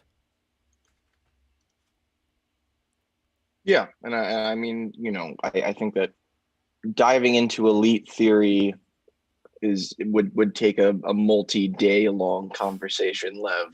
We'll have an episode about that for sure. Yeah. But I just wanted to bring this out because I feel like there can be a good balance between everything we've talked about so far. Not being bigoted towards people who are different from us, but at the same time being able to have these standards as well. And I know that it's difficult to say, well, we can't be meritocratic because, these people have suffered a lot in the past, and they did, from things that were artificially imposed as far as limitations. Like, there was a time when Jews couldn't even get into Harvard, let alone like in the Russian Empire, Jewish people, there was like a limit of how many you can, how many Jewish people can get into certain positions there. But things change, and I think things do change to the better as far as being way more inclusive. But I just want to make sure that when we're talking about it, like, that we don't get into the mode of, because I think that there are a lot of people in academia today who are really kind-hearted and who really want to help people out, but they, I think, have this Promethean, and I use Promethean intentionally here, because Prometheus was the god who brought the fire of the gods to the people, to the human beings that he created. But Prometheus was also the god who sacrificed himself for the sake of humanity. I think that there is a martyr-type feeling that people get, especially those in academia, those who influence the culture today, where, they almost do feel like, white people should be, ashamed of themselves for yada, yada, yada. Me as a fellow white person, I'm ashamed, and all that stuff. But in a way, it feels like this martyrdom of the self for the sake of other people, which I could see it's kind-hearted, but it may be coming, there's an allure to persecution. There's an allure. You get the moral superiority of feeling that if I was not so bad, if I wasn't so good, other people wouldn't be attacking me. They're in the dark. I've seen the light. And you've also removed any responsibility you have to improving yourself and the society around you, because you're being persecuted. You're not in power. And you see the same thing in or at least I see the same thing in some libertarians as well. It's like, oh, the government, blah, blah, blah. you know, and then you don't do anything about it. There has to be an enemy. There has to be a dragon you fight and conquer. And sometimes you're the dragon. Sometimes you want to slay yourself, cut your own head off for the sake of others. You know, and so the point is, you know, there is a there's an allure to that. You know, there is I wonder how much of that comes from genuine concern and how much of it is, you know, narcissism that moves into a different, you know, expression. Well, the Kabbalah talks about these two things being very linked together, as far as when we start to evolve more as people who are like conscious of the other people that are around us, it's also the growth of egoism. Because when we feel that we're doing good things for other people, we're helping other people, it also fills us. It fills us up. We're like, man, look at us. We're doing all this great work. We're helping these people. I am so good because I'm going to show everybody how nice I am and how, you know, how much I don't like things that my ancestors did. You know, like it's this whole, I think there is an egoistic aspect of it, but I think it's a healthy process that we are in right now, where I think we got to recognize, just like people talk about recognizing white privilege. I think everybody, regardless of where they come from, we should recognize our egoism and see that it may be possible, I think it's definitely possible, to transmute that egoism into actual altruism through, you know, just being able to understand that we are all an aspect of oneness, but at the same time we have to balance severity with mercy, like those two columns in the Kabbalistic tree of life. And we have to be very thorough when we make a decision to make sure that it is actually going to be something that's going to benefit everybody and not cause some, you know, some disbalances, some swinging of the pendulum to the other end. Yes. Sorry, Remus is trying to reconnect and is trying to get in your Twitter DMs. Let me see. Well, Remus over here is connecting to audio, so he is with us. It's been for a while. Been for a while, and then the chat said, like, check your DMs. Okay, I will do it right now. And everybody, this is going to be the opportunity for me to say, please subscribe. We also have super chats that we have been sending out. Yes, send this. Oh, Conscious Moss, you have been amazing. Conscious Moss, she was the one who gave us the $20 and the $5 and all. That's what's going on. Okay, hold on, everybody. Yeah, sometimes I don't put those password numbers in there just because it's too long. Here we go. Remus, I think you are going to be able to connect right now. And once again, everybody, don't forget to subscribe. And here are the super chats. So we had a super chat from Jacob Stern, $5. Stop fixating on QAnon. It's a niche group that's been elevated as controlled opposition by the consent manufacturing apparatus. Thank you, Jacob. Byzantium Archon, Bill Donahue, sowing discourse when we must satisfy Mehran's demands. Mehran, great friend of the stream. And Bill Faust, $5 Canadian dollars. Ooh la la. Give us Bill Donahue on stream. I don't know who Bill Donahue is. He like a reporter or something? Who is this Bill Donahue character? So, and Zero HP should be coming in really quickly as well. But let's see. Here we go. I think, okay, there is a number. I don't want to dox Remus as far as his number goes. So what I'm going to do is I am going to close this screen right now that everybody is in and bring it up. But while I'm bringing up, Armand, I would love to get your point of view as well. Like, do you see what I'm talking about as far as trying to find a balance between these different energies? I don't know if you delve into spirituality or Kabbalah or any of that crazy stuff, but I do see it as being possibly a good analogy to the situation people find themselves in today. I'm not Jewish, so I wouldn't know. I'm vaguely familiar with like the Kabbalah and so on, but you know, I think broadly spiritual. And while I agree with what you are saying, I also don't like. I do think there is like a tension. No, look this way. My background is I used to be very active in college debate, which is like really tied to academia, and that was like the leftiest of the leftiest of the leftiest circles. And a lot of the status games in that sphere were figuring out ways in which you could cast yourself as sort of like the more pure person versus the other person's not, and it always really struck me. It was and what's funny about it though is that I would recognize as like, because I grew up really poor, working class communities, pretty diverse. Like I've been in activism, so I'd like go to a debate tournament, and it'd be like a room of like Harvard educated white people all yelling at each other about how they're the good white person. And then in the evening, I'd go to like a Black Lives Matter protest where it's like a lot of Black and brown people getting tear gassed by cops. And so I think on one hand, it's very easy for a lot of folks to dismiss real, tangible, material concerns because they center like these arcane discussions about like what's the right word to say or privilege in a classroom or whatever. And so, yeah, it's tricky, right? Like, I'm sort of saying, on one hand, like, yes, I think there is this like why the media is obsessed with like this few thousand people who are undergrads at Yale and Harvard every year and what crazy shit they're going to say over the actual like lived experience of millions of people. And like, I'm a leftist. Like, I don't give a shit what like a radical activist at Yale does who's 22 because they're a kid. Like, I was stupid when I was 22 too. And so on one hand, I think there's like way too many folks who are trying to like essentially martyr themselves and say like, I'm such a good person and flagellate themselves and the identity. But it's really like a lot of privileged people arguing with other privileged people that privileged person is worse than my privilege is better because your privilege is better. And it's just like, it's navel gazing. I'm a lot more concerned about like how much are folks getting paid who are making like, you know, $10 an hour. Like, do they have food to put on the table? Are people getting equally treated on the job? Like, is like, I had a friend who like, you know, we talk about feminism as this big broad concern and have intellectual debates, but like for me, arguing feminism is like, I have a friend who almost got fired from her job because her boss hit on her when she didn't want to sleep with him.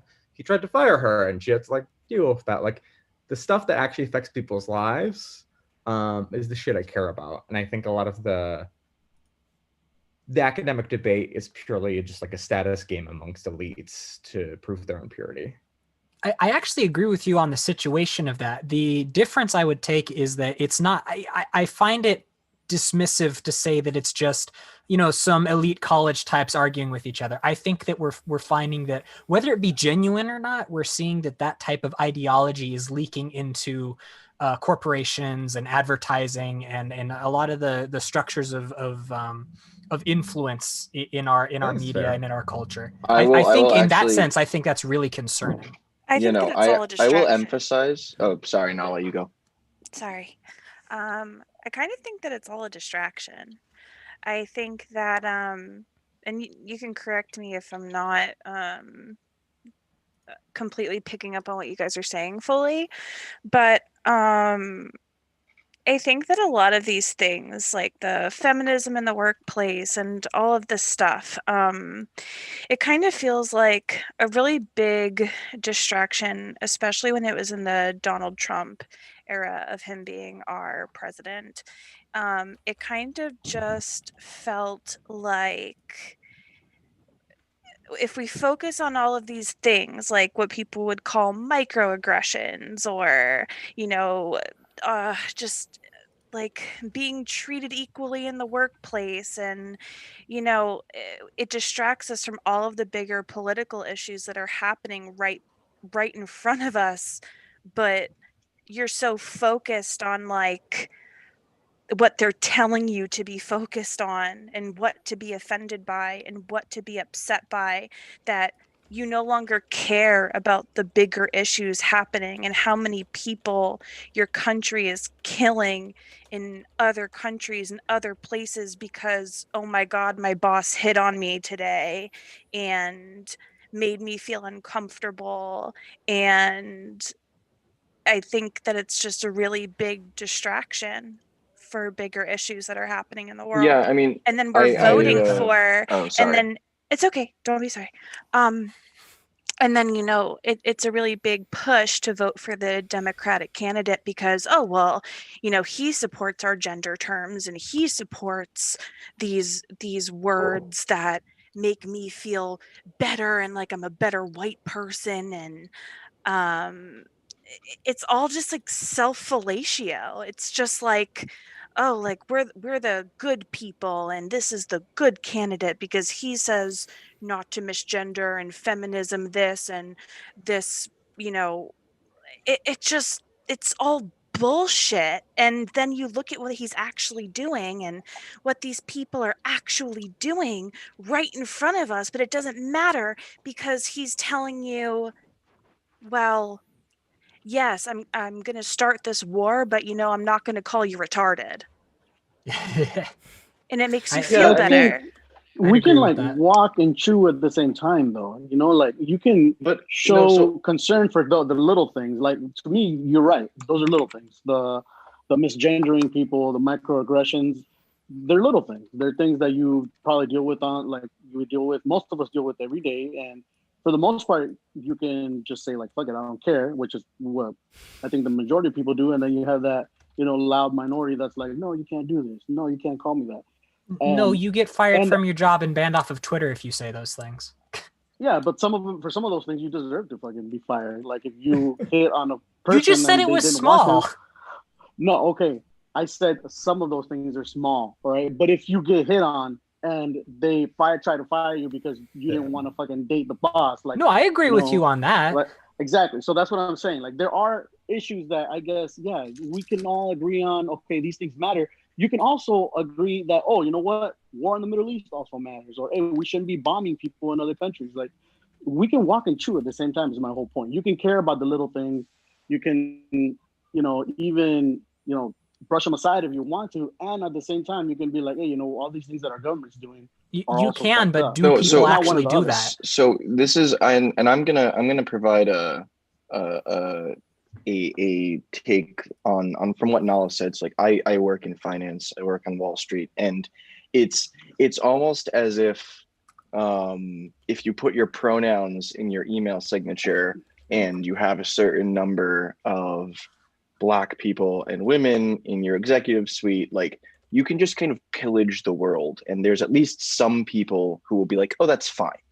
And I'm not saying, I know plenty of leftists who are like, it doesn't matter who's doing it. Like, this is some bullshit. Like you're impoverishing people. Like this cannot stand. I mean, some of these companies like BlackRock owns like 10% of the world.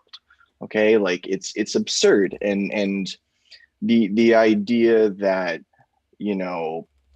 it's okay if the people who are in charge, as long as there's aesthetic change, then like it's fine if they keep plundering us as nothing has materially shifted, but like I really do, like I see what Nala is saying on a fairly daily basis. Like I'm gonna be honest with you, coming out of college and living in New York, like there's not a ton of jobs that give you enough money to survive without 4 roommates in a 2-bedroom,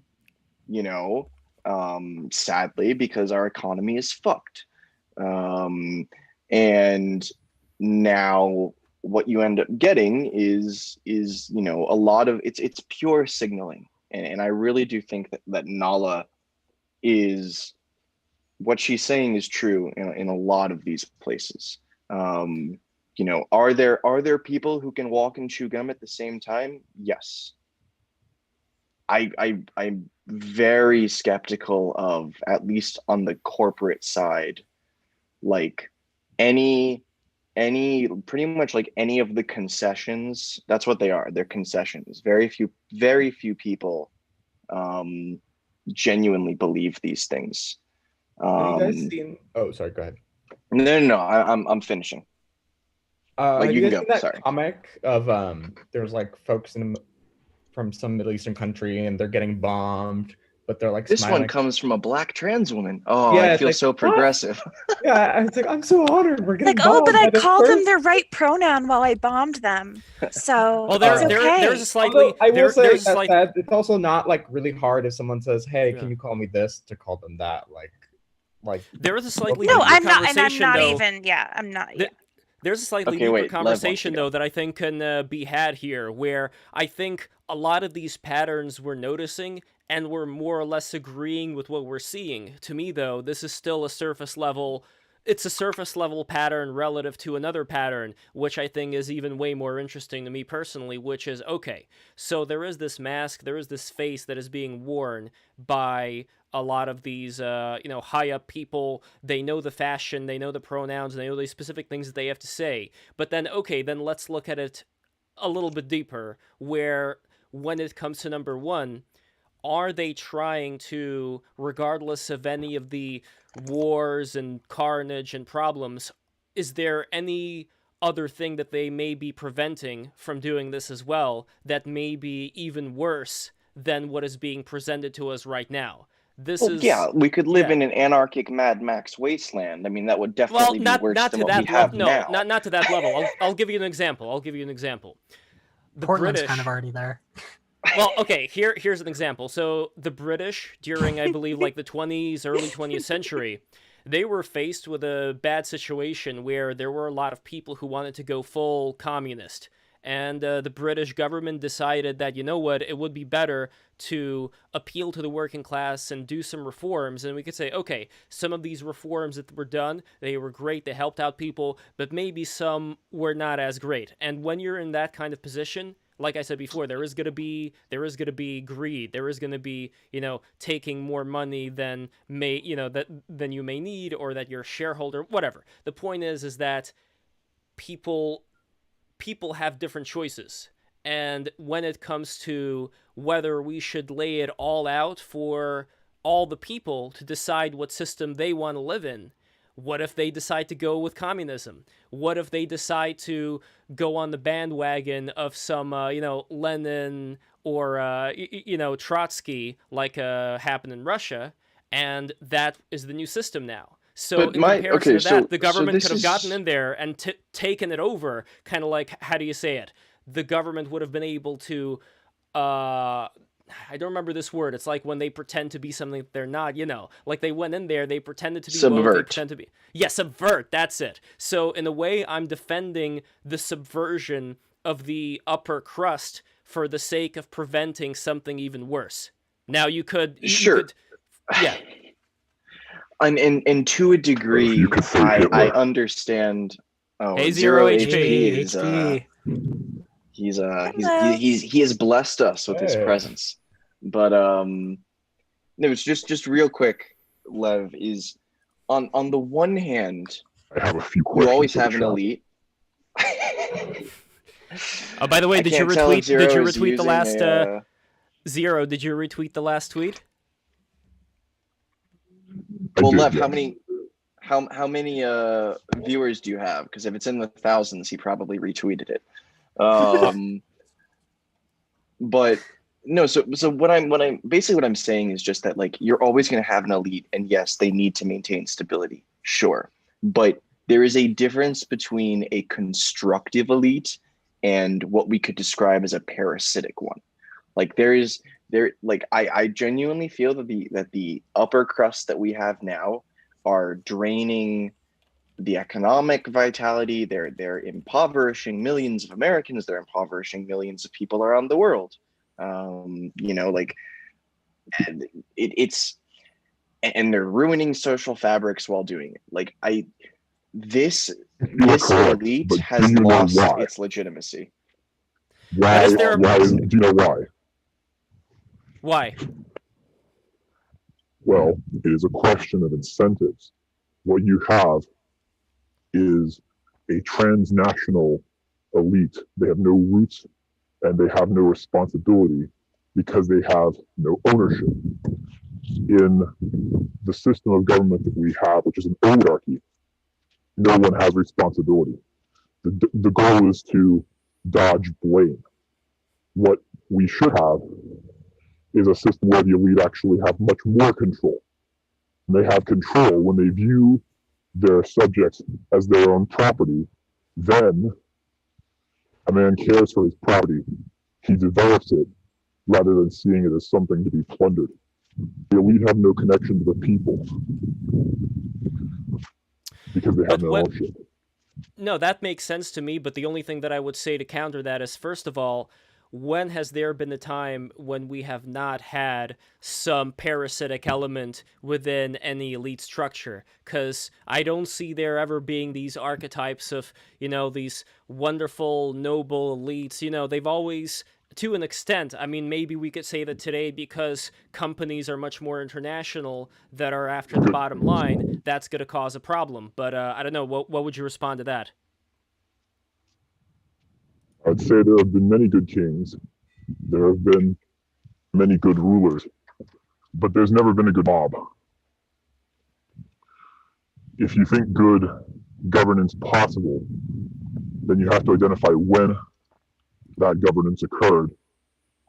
Look at those conditions. When was that and why?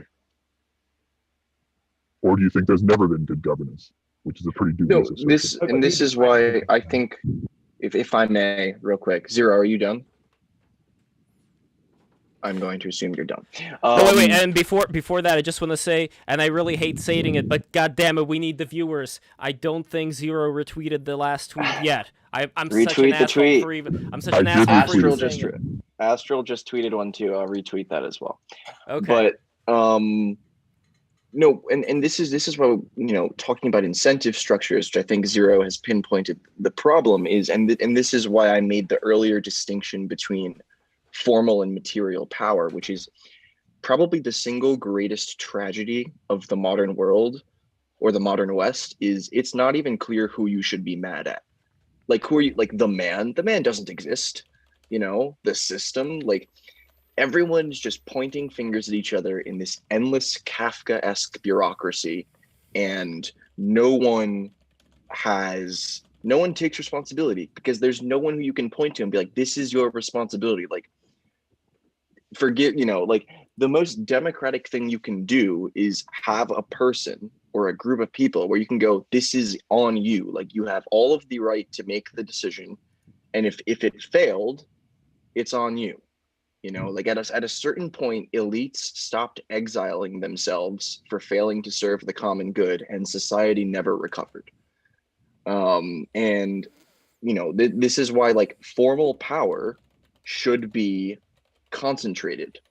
That's where the elites come in. But again, the point talking about, is in the same way that I said they synergize, you can have that formal power that's concentrated while having distributed material power.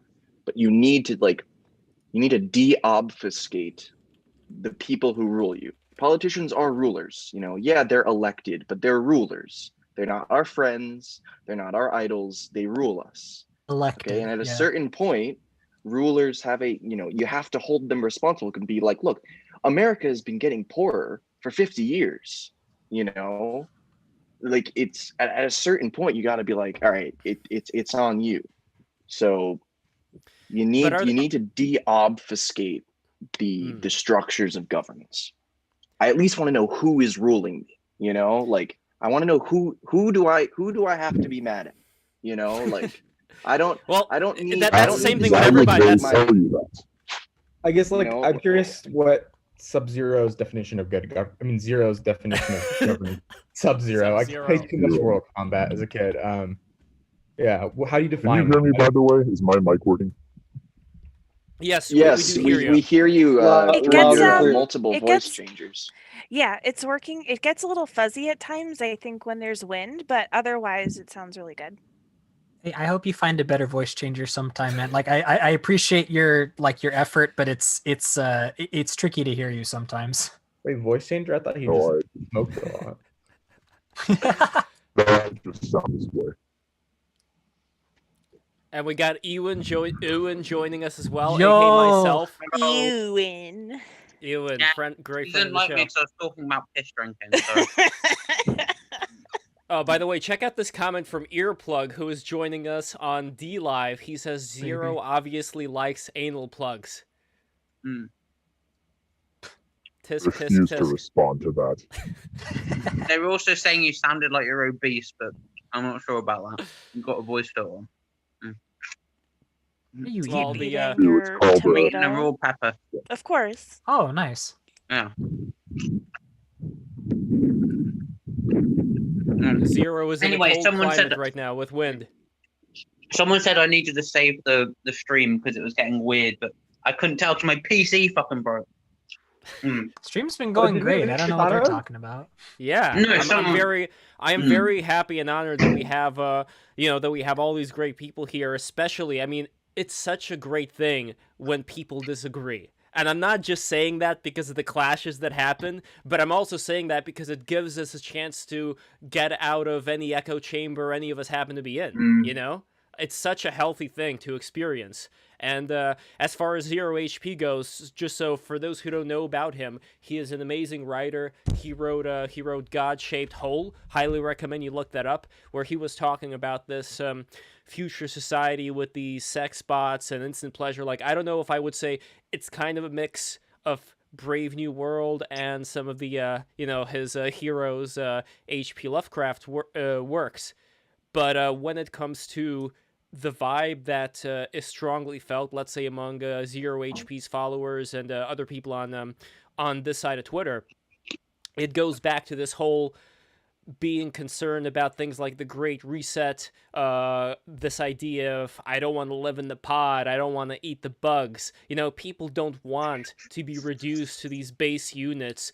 All that they do is just consume the bread and circus entertainment, consume the bugs, and I'm not saying that this is what's going to happen. What I'm trying to do here is I'm trying to connect elements of society that I would say, Armand, you would not be in this element specifically with the I don't want to eat the bugs, I don't want to live in the pod. I want to connect you with these elements and see what happens, and see, like, what do you think about it? What do you think about this tension that people are feeling when it comes to these things I mentioned?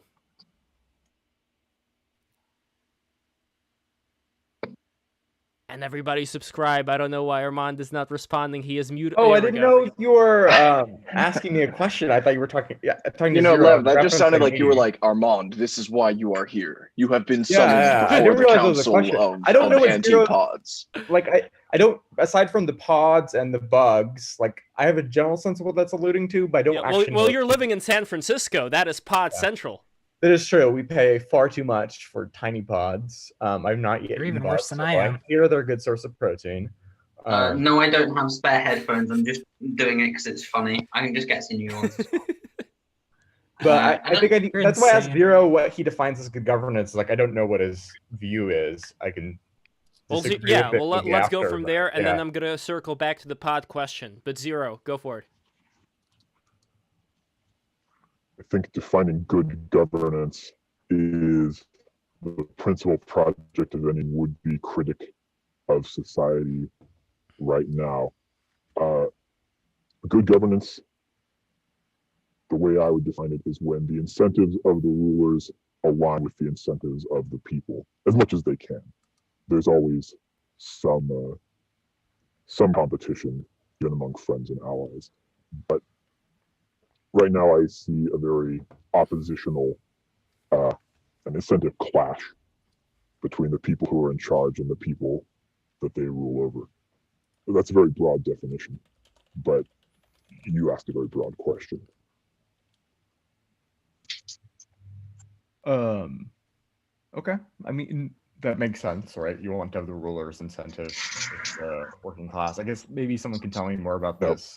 I'm being asked to respond. I'm being told I disagree with, like, yes, you've been asked a very vague question. I don't know what it is. I can maybe add. No, sure. No. I'm not saying you disagree. Too much. No, I'm not saying that you disagree or anything like that. I'm just saying that you're not within the circle that likes talking about their disagreement with the pod culture. That's pretty much what I'm saying. Right. Which is why what is the pod culture? Don't really. Netflix, whoa. I don't have a problem with urbanism.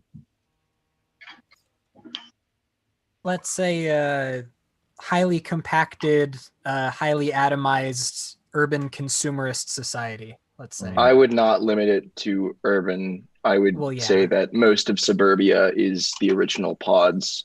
I would refer to pods mostly as being isolated living units that tend to limit your connection with your neighbors.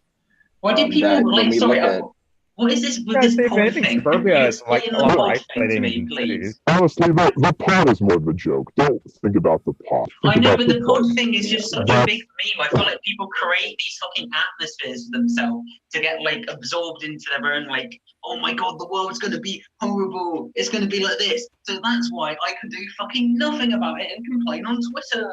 And that seems to be a lot of people I hear, you know, the 4chan ethos and shit like that. It's very boring, this defeatism.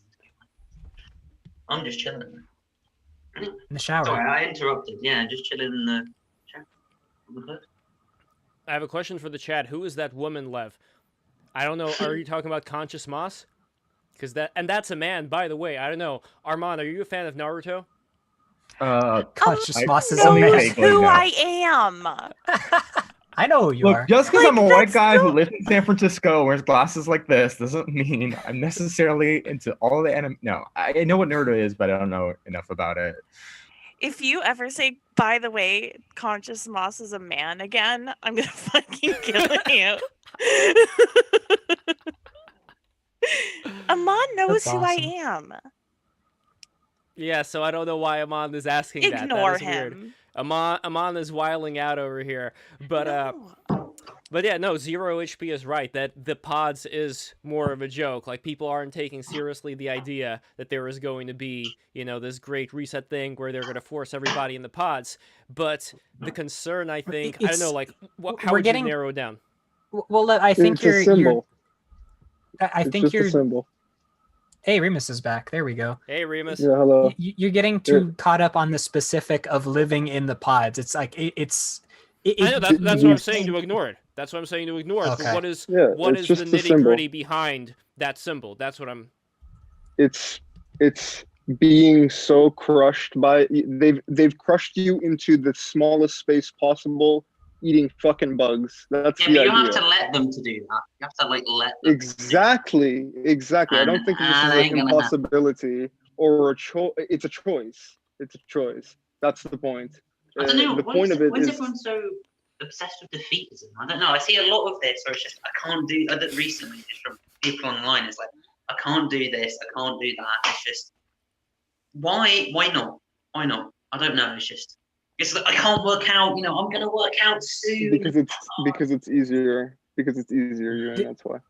The question is it's not easier. It's not easier. It's actually harder for me anyway to like say to be lazy than it is to do something. I don't know. You have to make a choice to be lazy. It hurts to be lazy. Earplug joining us on D Live. He has the comment of this generation will die and will leave nothing of value whatsoever. I think that is another thing that people are thinking about, where it's like they're looking at all these giants that have come before us as far as all the innovations. And look, I'm sure that if I look at the Nobel Prize winners, I would find a lot of geniuses when it comes to what they've been able to contribute. So in no way am I saying that Earplug is correct. Well, I gotta see. But you don't know until that's you so see. Ridiculous. Like, if you look at it, I think that anxiety comes from the fact that we live in a gerontocracy. Everyone who we see who's visibly powerful, and I actually don't dislike baby boomers, but they're all boomers. They're all very, very old. All of the head politicians are borderline senile. All of the wealthiest people, the billionaires and so on that we see a lot of very old people with all of the power. So it's easy to feel like our generation does nothing or will do nothing because we. But we could all beat them in an arm wrestle. Well, sure, those people will die, and you will have a chance to make your mark on the world. It's just the world moves much slower than the internet, so we have this mismatch between, you know, a 3-day news cycle and a multi-decade outlook on actually having an impact in the world.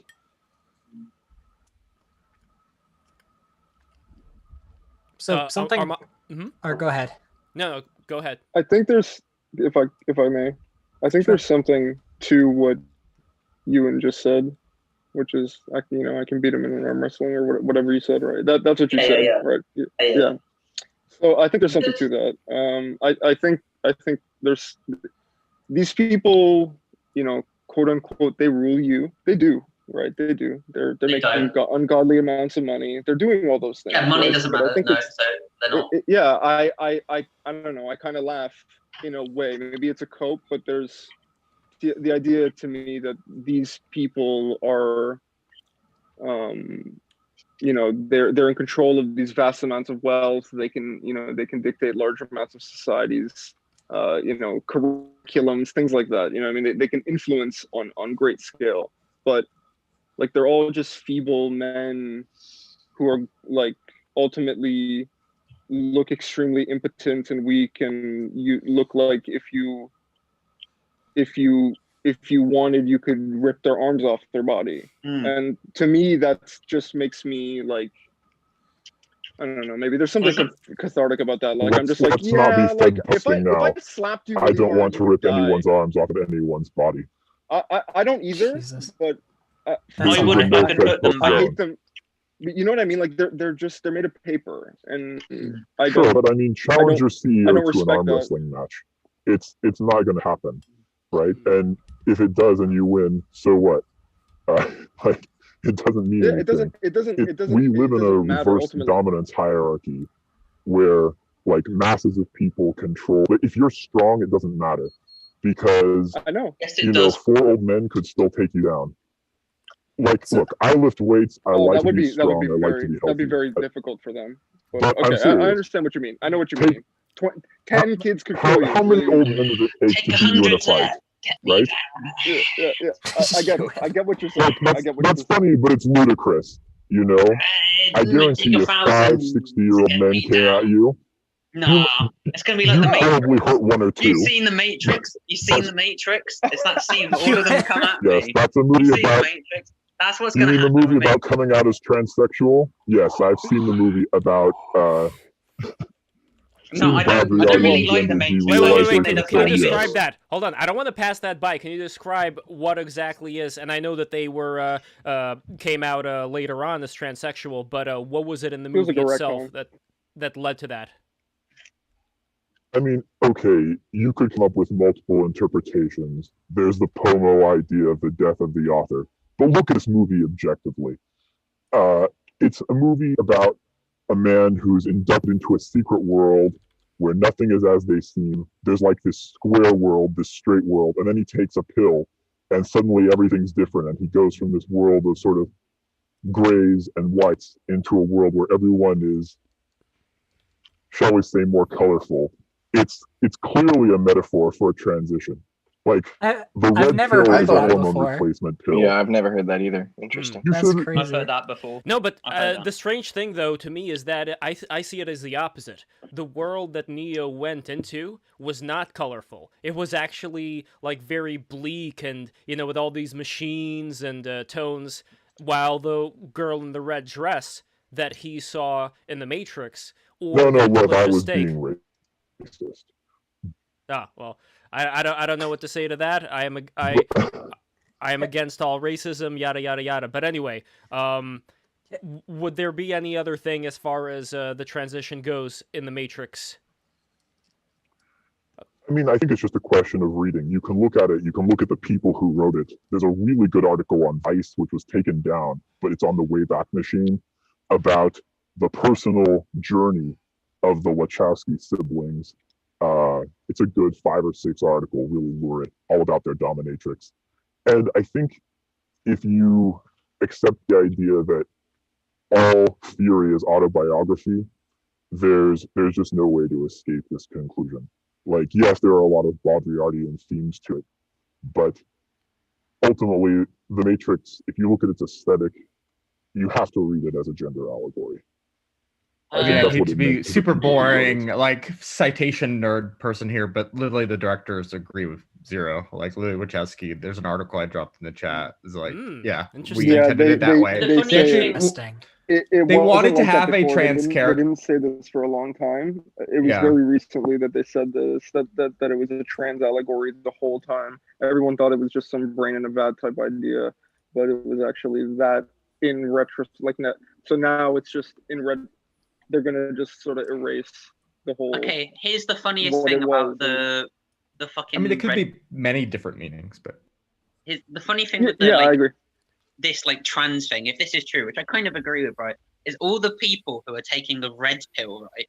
The red pill, they're basically taking estrogen. Like that's what I see it as. And I just see that whole red pill thing as ridiculous. When they take the red pill, you know, go into the Matrix world, they're taking fucking transgender estrogen pills. There you go. Is that why everything feels fake and gay? That's why everyone. That's why all these red pill people are fucking wimps. You have to take the ascend. You don't take pills, man. You don't take the pills. You just that is the great irony that is the great irony of the red pill movement. I've written about this on Twitter actually. The club for He-Man woman haters is using a transgender allegory for becoming a woman. It's great. You couldn't make this up. By the way, the Manosphere was never known for their stunning intelligence. So the Manosphere loves Fight Club, but the author of the original book in Fight Club is like super gay. Like Edward Norton's character in the actual book is has the hots for actually. Well, that's because Chuck Palahniuk himself is very gay. Right, but then Fight Club was in the Manosphere, right? It's you know. Tyler Durden Fight Club, and it's like but Manosphere needs to quit relying on Hollywood for their influence. No, but it happens with the Nazis too. I mean, think of the SA troops. You know, before the the Night of the Long Knives. You know, many of them were openly homosexual. And also, I don't remember Zero. I don't know if you noticed. There was this article I read about these German youth gangs that were around during the Weimar Republic period that had all kinds of very very scandalous initiation rituals, and there was a lot of banging to be had, and eventually they were the ones who were making up a lot of Hitler's shock troops at the very beginning of his claim to power. So I wouldn't say these things are that separated. Familiar with this account. It's interesting, the article. I'm familiar with the pardon the pun, the broad strokes of this narrative. But it's interesting. You can find a lot of sort of homosexual behavior in male initiation rites, even among in a lot of contexts, whether it's in fraternity hazing or if you read various anthropological account of tribes in the South America. They make the boy, fillet one of the elders of the tribe before he can become a man. And these are people who are otherwise quite heterosexual, expected to be heterosexual to raise a family and have a life and all that. So it's interesting to sort of see, I don't have a thesis around this, but it's interesting how you find homosexual behavior in male initiation rites, even when homosexuality isn't the broader norm in society. I think people maybe read too much into that as far as what should be normative. You can find an isolated instance in a particular context of homosexuality in a culture, and from that you derive this idea that everyone should just be gay all the time. No, I don't think it follows. But it is also interesting to compare that and to compare, let's say, somebody like Socrates, who was back in the day fighting in the Peloponnesian War. He had some high military rank. I'm not sure. I don't remember right now. Please correct me if I'm wrong about that. But the idea here is that homosexuality has always been, very much present within, these military, these tough military circles. And it's very different than kind of like the queer eye for the straight guy image of homosexuality that's been broadcast through popular culture or through pride parades, things like that. So I wonder what do you think is going on there? And I find it to be similar to having people on Twitter. Let's say I was looking at different Twitter profiles and I found this one woman who was she was a professional in one industry or another, and her bio wrote, "I make stuff." It's oh my God, I'm so quirky, I make stuff. There was something about that to me that's a little bit infantile, and I kind of see that infantile nature, this kind of, maybe it's a playful infantile nature among a lot of culture that's being broadcast today, as opposed to more of this, more of a fiery type of culture. She's just shit at being creative. She doesn't imagine that being your bio. You're a writer, you're an artist, you're a musician. and all you can say about yourself is like, "I'll make stuff. I'll make fucking lose them." But I want to talk about the homo stuff. Now, well, it's also this. Sorry, can I just say Yeah, something? let's talk about the homo stuff. We can talk about the homo stuff Oh in just my 1 God. second. I was just going to make a quick comment about how it's like the same type of people who use the language like adulting. Oh yeah, yeah, of course. right. Of course. Yeah, that was just a small comment I was going to say. Oh. You can talk about the homo stuff now. No, I think it's funny, right? Is that there's this big push. Well, I don't say big push, but there's certainly more stuff around, gay pride and all that than there has been in the past. Am I right in saying that? Like, does that sound too wrong? Would you say? Would you agree with that? No, there's a lot. I'd say you understated. Yeah, well, understated, sure. But the funny thing is, well, I there is, but I think honestly, homosexuality is now being, let's say, overtaken by, I would say, trans issues. To be honest, I think it's getting overshadowed. Well, okay, but there's still, a push in some regards. Definitely. But it's funny because men are taking less and less care of their bodies every day, and I don't how can you be attracted to at least with women, I feel men can be attracted to women more than they can men, even though at least to me. But why is there so? I don't really understand how there's more progressive gay stuff, but then men's bodies are I don't know. But is that really the case? Worse. Like Armand, you live in San Francisco, and from what I understand, in the gay culture of Los Angeles or San Francisco, there is an emphasis on building up the male body, being strong and hunky and all that kind of stuff. I mean, the Castro is the highest concentration of gyms I've ever seen. Exactly. So see that part is still there, but as far as more of which I also consider to be kind of a history, both in the Castro district and other places, of this more of a jester playfulness that I was talking about. My whole thing is not so much a criticism of that, as opposed to it almost seems like our entire culture has become an aspect of that as well, just in terms of not really being, because if you compare that to somebody like Socrates, for example, Socrates has interesting things to say as opposed to more of just bright colors and flashy stuff, which, it's always going to be present in various different cultures, but it almost seems like that is the thing that's kind of taken over the dominant culture today of what we're about. So I don't know. It may be a generalization. I'm not saying that is the dominant culture, but I'm just saying there is an aspect of it that I see within the culture that's Yas, Queen, Slay, that kind of stuff. Socrates deserved the hemlock, but but you see what I'm getting at, right? This is also something what you're saying is correct. There is certainly a trend towards infantilization. And we see it in a lot of different domains. And I think transsexuality is actually an even more strong example of that. What you see is both men and women who sort of want to abdicate the duties of their gender, if you like, or the obligations. Girls who don't want to grow into womanhood, so they think, oh, I'll become a boy. Or boys who don't want to grow into manhood, so they think, oh, I'll become a girl. It feels much easier. You don't see a lot of these, a lot of MTFs. They aren't trying to become women. They're trying to become girls. It's much the same. But how is it any? How do these people? I don't know. These girls. Well, hold on. I really want to get Amon's take on this, because you're living in San Francisco. You're much more familiar with the culture, so I don't want all of us to be talking here, and not letting you. And also, we have T.A. Jackson joining us, and I would love to hear from him as well after you. Okay, sure. The whole it's a little funny because the whole San Francisco's the gays, I feel that's a little bit 10 years ago, at this point, and they're gay people everywhere. It's not. No, it's not about gay people. We're talking about the flashy, Yeah.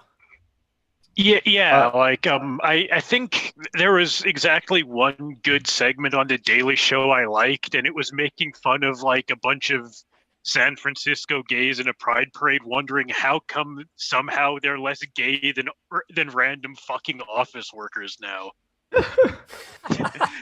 Also, welcome TA. Sorry, what? I said welcome TA. It's good to see you, bud. Yeah, sorry, I was gonna say I was a bit late because I am visiting with my family, and it got extended due to one of them catching COVID, and now we're stuck here. And there was stuff we were doing today. So are they feeling all right? Are they better? Like my cousin got COVID because he works as a security guard at a testing center for like COVID stuff, and he's basically fine. Like honestly, he also has kidney stones right now, and he says that that's the more annoying part. Well, I wish him all the best. I mean, this is people can really suffer through this thing, so hope he gets better very soon. But anyway, I don't believe the whole it's easier to become a woman. There must be some other mindset to it. I don't believe they think it's easier to become a woman. Wait, hold on. Or girl, as you put it. I know that I think that Armand was in the middle of like a sentence. Yeah. And I just wanted to, because I would completely forget the topic he was on, and I just wanted him to finish before I forgot it. Oh, thank you. Yes. She's so nice, right? Oh, I was actually, the irony is I was going to say that Conscious Moss had gotten cut off earlier, and I wanted to hear what she had to say. You guys 100% forgot it by now, so don't even think about me. That was what I was going to say, so we're really just stuck in a loop here. So how about T.A. Jackson? And you both did it to interrupt. You're like Canadians. Yeah, because fuck you. God. Oh, you see TA's thing? The English, are they human? Yeah. Are they? Actually, let me know. Are the English human? Are they? No. So let Armin finish talking about the gays. No, human. Yeah, you Go, Armin. Go, Armin. I don't have anything else to add about the gays. I just thought it was funny. Like everyone thinks San Francisco is just like teeming with endless pride parades every day, and it's just like. No, they're too busy. I know many gay people. They like some of them. They're programmers, or they're like I don't know. It's such a, like it feels very much like a thing that was like more of a spectacle even socially 10 years ago. Now it's just like. No, but the reason why I'm saying Airbnb is at gay pride, okay? Like the biggest pride. It is Airbnb in Wells Fargo. It's actually one of my gay friends actually told me when we went to Pride. He's like, Pride. He's like, Pride is. Well, this actually adds that. He's like, Pride is like one of the least gay things I go to every year, and I'm very gay. I mean, it's super gay, just not in the homosexual way. You should follow, by the way, woke capital on Twitter. Exactly. Yeah. Like it's all Armand, have you seen Woke Capital? Oh, I have not. I don't know. I will send it in the chat over here so that you could take a look. And it is kind of making fun of this whole wokeness that's going on right now. But again, I think it's kind of a beat horse where we all recognize that this is going on. But the reason why I still wanted to focus on it a bit, and again, to what I was saying before, you are absolutely right, Armand. This issue is a 10-year-old, if not older, thing, and everybody is over it. But my point is more about when certain flashy things have kind of like gone through the mainstream culture. It reminds me of this comic by and I think that there were elements of this, like with the dandies of of England. Used to have these very flashily Caesar was a dandy. Yeah, exactly. Like there's always been an element of that within the culture. But what I was talking earlier about Celts. How do we how do we balance? Well, see, that's an interesting point too, because Caesar was somebody who knew things about warfare, which I cannot say for the average programmer. And I'm not saying that all programmers should learn the sword and shield, but at the same time, where could we find a good balance here between, regardless of whether you're gay or not gay, whatever, that's besides the point. Regardless of that, it reminds me of this comic. You say that, Lev. What? You say that, but I'd like to see a soldier design a scalable enterprise solution. Good point. Touche.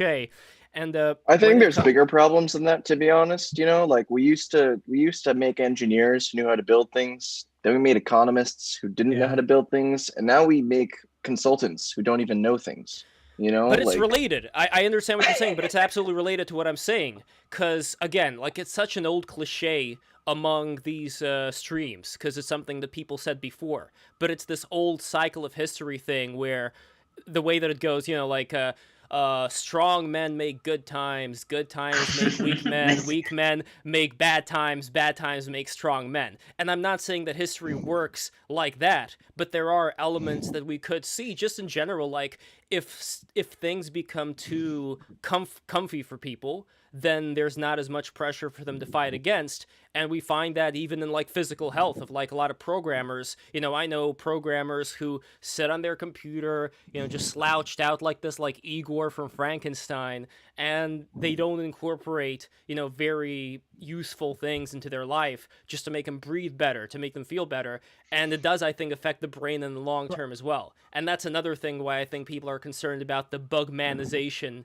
of society. The I don't want to eat the bugs, I don't want to live in the pods type thing, because they do perceive, whether they're right or wrong, they perceive a general weakness in society, and I think within themselves. I think it also is about perceiving the weakness within you and wanting to be better, wanting to be stronger.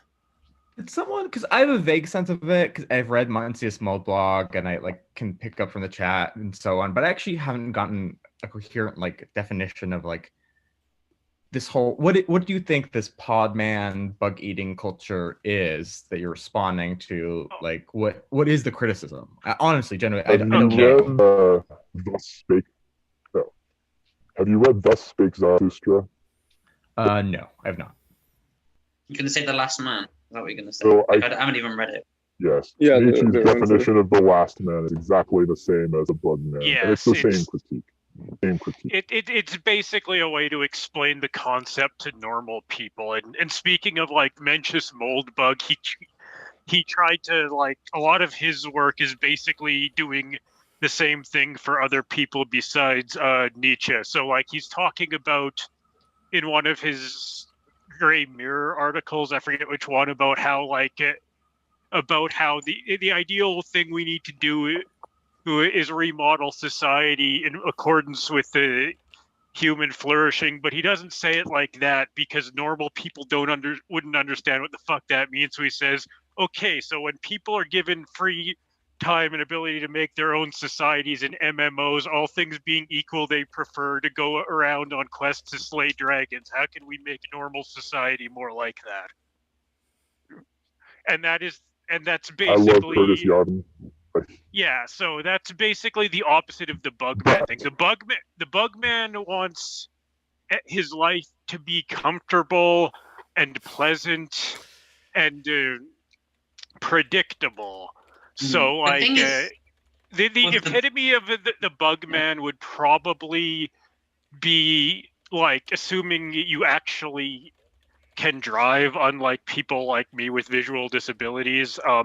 The pinnacle of being a bugman would be like ordering food off DoorDash instead of going out the door to get it yourself. It's just a minor thing, but you know the pictures of all the guys with their mouths gaping open? Yes. Those are bugmen. Can I put this in a bit of a slightly different way, just to kind of condense it down? A major critique in there is that this culture of consumption and consumerism is that it robs you of greater purpose and greater being in ways that really reduce you to basically nothing of worth anyway. And the Bugman is defined by the fact that he not only accepts that, but he thinks it's a positive good. Like, what was the famous Rick and Morty thing? Life doesn't matter. Basically. No one belongs anywhere. Just sit down and watch TV. And that's the positive moral of that episode. I mean, it's hedonism. If you think that's a positive moral rather than a horror story, you're a Bugman. I know what you're going to say. You have to have yes, you know what I'm going to say. To be fair, you have to have a certain high intellect to be into Rick and Morty. So, but here's the thing. Watch yourself here. Yeah. But here's the thing with the whole Bugman stuff, or like soy boy, whatever word you want to call wheat, beta male, whatever word you want to use. There's plenty of words. No, those are different concepts. No, they're basically the same thing. They're basically the same thing. Well, at least to me. But the thing is, differences matter. The differences matter, but sure, it's the same archetype of weak man who doesn't do what isn't the warrior or bloody blah.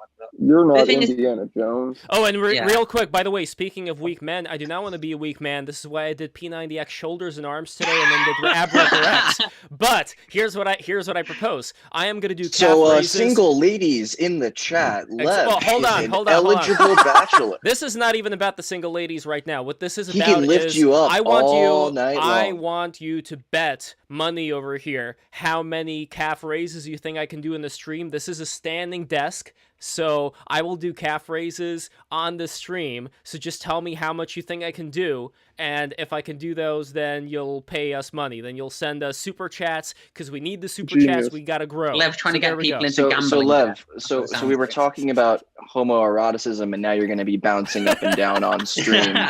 So are we talking the ladies or the men in the chat? Lev, they warned you. You bring one liberal on the chat, and it just goes off the rails. Becomes homoerotic calf raises. To be fair, you've been the most stable person on here today. Yeah. Maybe not in argument, but in personality. Yeah, but here's the thing of like the weak man, as it were, or like the beta. The bug man is the thing that I'm going to be focused. But they actually have like quite. Isn't what being a bug man's about, but go ahead. Well, no, but I'm saying it's like the whole bug man thing. They have I know, but they have a lot of energy, and this is the problem. They could be doing it for like lots of different things. They could have a purpose that means something, but rather than directing the energy towards something useful, it's all about directing the energy towards like hedonism. But what is the difference that's stopping them from becoming a warrior? I really don't know what it is. There's not much, but that gap seems so large, but it could be so little. It's like, well, again, I don't know. like the problem is not that they've failed, it's that they've succeeded, and the horror is this is what they genuinely want to do with their lives. Yeah, that's what point, separates them from like the quote unquote fail son or whatever. But in some regards, maybe it's like good to have those kinds of people in society, not because they're actually good, but it's like more as like a hopefully eventually people kind of see that as a just like bobbing up and down, see that as like a distraction. These are the people that you don't want to become, and there'll be like plenty of not case study, you know what I mean, like something less gay sounding than that, but lots of examples to stay away from, like the kind of. Well, I mean, absent an actual war, I guess. Like, what would you define as like not like? Let's say this all sounds like a typical, I guess, like SF programmer, right? Like they go to the office, is code all day, their food's catered, right? They go. Well, it's not just programming though, but it's like just general office sedentary work. But then I don't know what I can do to become what I want to be. But what would be a contrast to that? Like, how do you? What would you say? Yeah, you got a good point. But it's like a soldier or something, but not even soldier necessarily. A trade, literally a trade. But just like a life. Yeah, so the opposite of the last man, of course, in Nietzsche is his Übermensch. So the Übermensch is someone who creates new values and enforces them on society, rather than someone who is passively basically being a human vegetable and likes it that way. Now, obviously, since Nietzsche is an aristocratic radical, he doesn't by definition, the vast majority of people cannot be an Übermensch. So what we're talking here is more about a scale. And on this scale, what that means is someone who lives a life that is less like being a bugman. And like we said, what a bugman is here is someone who is comfortable, who views pleasure as the highest goal, who likes everything being monotonous, is because their monotony is pleasure. Yes, comfortably numb. So the opposite. Do you know what I think of when I think of this? I know this is like a dumb fucking SpongeBob reference, but it's like there's the thing with Squidward, and he's like, I know that this is such a bad reference already, but it's where he's like going on this daily monotonous routine where he just keeps going, he gets the canned bread and shit like that. And it's just, it's that cycle. That's what I think. Yeah, exactly. Yeah, That's the problem is like I haven't watched SpongeBob for like a decade since I was a kid, but I think the problem with that is that I don't remember him actually liking his life. He kind of is... I know, but that's the only difference. Everyone else, I'm thinking of everyone else there. They're the ones that are enjoying it. That's what, like, I think of. Yeah, like the Bugman is the one who's fine with this, who like is genuinely okay and thinks it's positive that like instead of the Bible or like the Iliad, we have fucking the Marvel Cinematic Universe. He thinks that's progress. TA, I want to actually expand. So like one of the things that's interesting, and I don't know if anyone else has read Charles Taylor, but he wrote a book called Sources of the Self. And when he looks at, basically it's trying to look through history and pinpoint what are the core values or ideas that shape what you could call modernity. And one of those three, because he identifies three of them, and one of them is what he calls the affirmation of ordinary life. And the idea is that through the medieval era and the Reformation, you had kind of this revolt where people were like, why should I have to live this higher life of being a saint or whatever? Like the ordinary life of family and production is the most, that is well, you saw a transvaluation. That's been a bit obsoleted. We're far beyond production and family so now. What I mean is much less than that. No. I know, TA. But what I mean is that when we look at kind of the Bugman perspective, we see what I was mentioning before about a good being taken out of balance. Is we see kind of like, I don't want to do anything. I don't want to see the dragons. I don't want any of that to be there. And so you see kind of this hyper modernism that's emerged, and I think it's quite clear that it's not a good thing. Right. Like we're going to abolish work, and it's all going to be play or some other. Yeah, we saw examples of that on the stimulants and not even infinite that. Orgasm That belongs to an older model of socialism that was more respectable. No. Instead of back then they're saying like once we've abolished alienation, like working, what we call now work will be fun because we'll be in control of our. No, what we have now is the idea that we won't even do that. Everything will be fully automated luxury communism, like machines will do all the work, and you'll just like sit there being the humans in the movie WALL-E, and you'll like it, and that's good. Well, we see examples of that in the furry community when we had the furry stream. I know I'm bringing it up again, but the people. God damn it, Lev. But the attitude of some of the people there, not all, like the boomer furry who was there, or I think they're called. Hold on, gray muzzles. I think that's the word for older furries. But anyway, there was this one gentleman there whose life was in a hug box, where when we said anything that was in any point slightly offensive, and I don't even think it was, like I remember that stream, there wasn't really anything like that.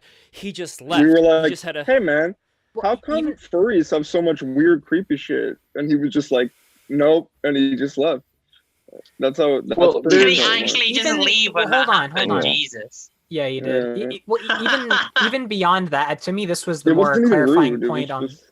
Yeah, for me, this was the clarifying point in the matter. It was that Gio was, asking them like, basically, in what way does this add value to your life? He was trying to make this a point about like maybe there's like a spiritual value, maybe there's some level of animism here, maybe it's like some extra thing, and basically their response back to him, and I'm not going to say uncharitable, but I'm going to condense it down here. They basically said, no, it's just a fetish, in other words, and that they should be free to enjoy their fetish. And Gio was trying to see if there was like any of this like extra value to extract from it, or if they got like any spiritual like fulfillment out of it. And they basically just kept telling you guys, no, it's a fetish.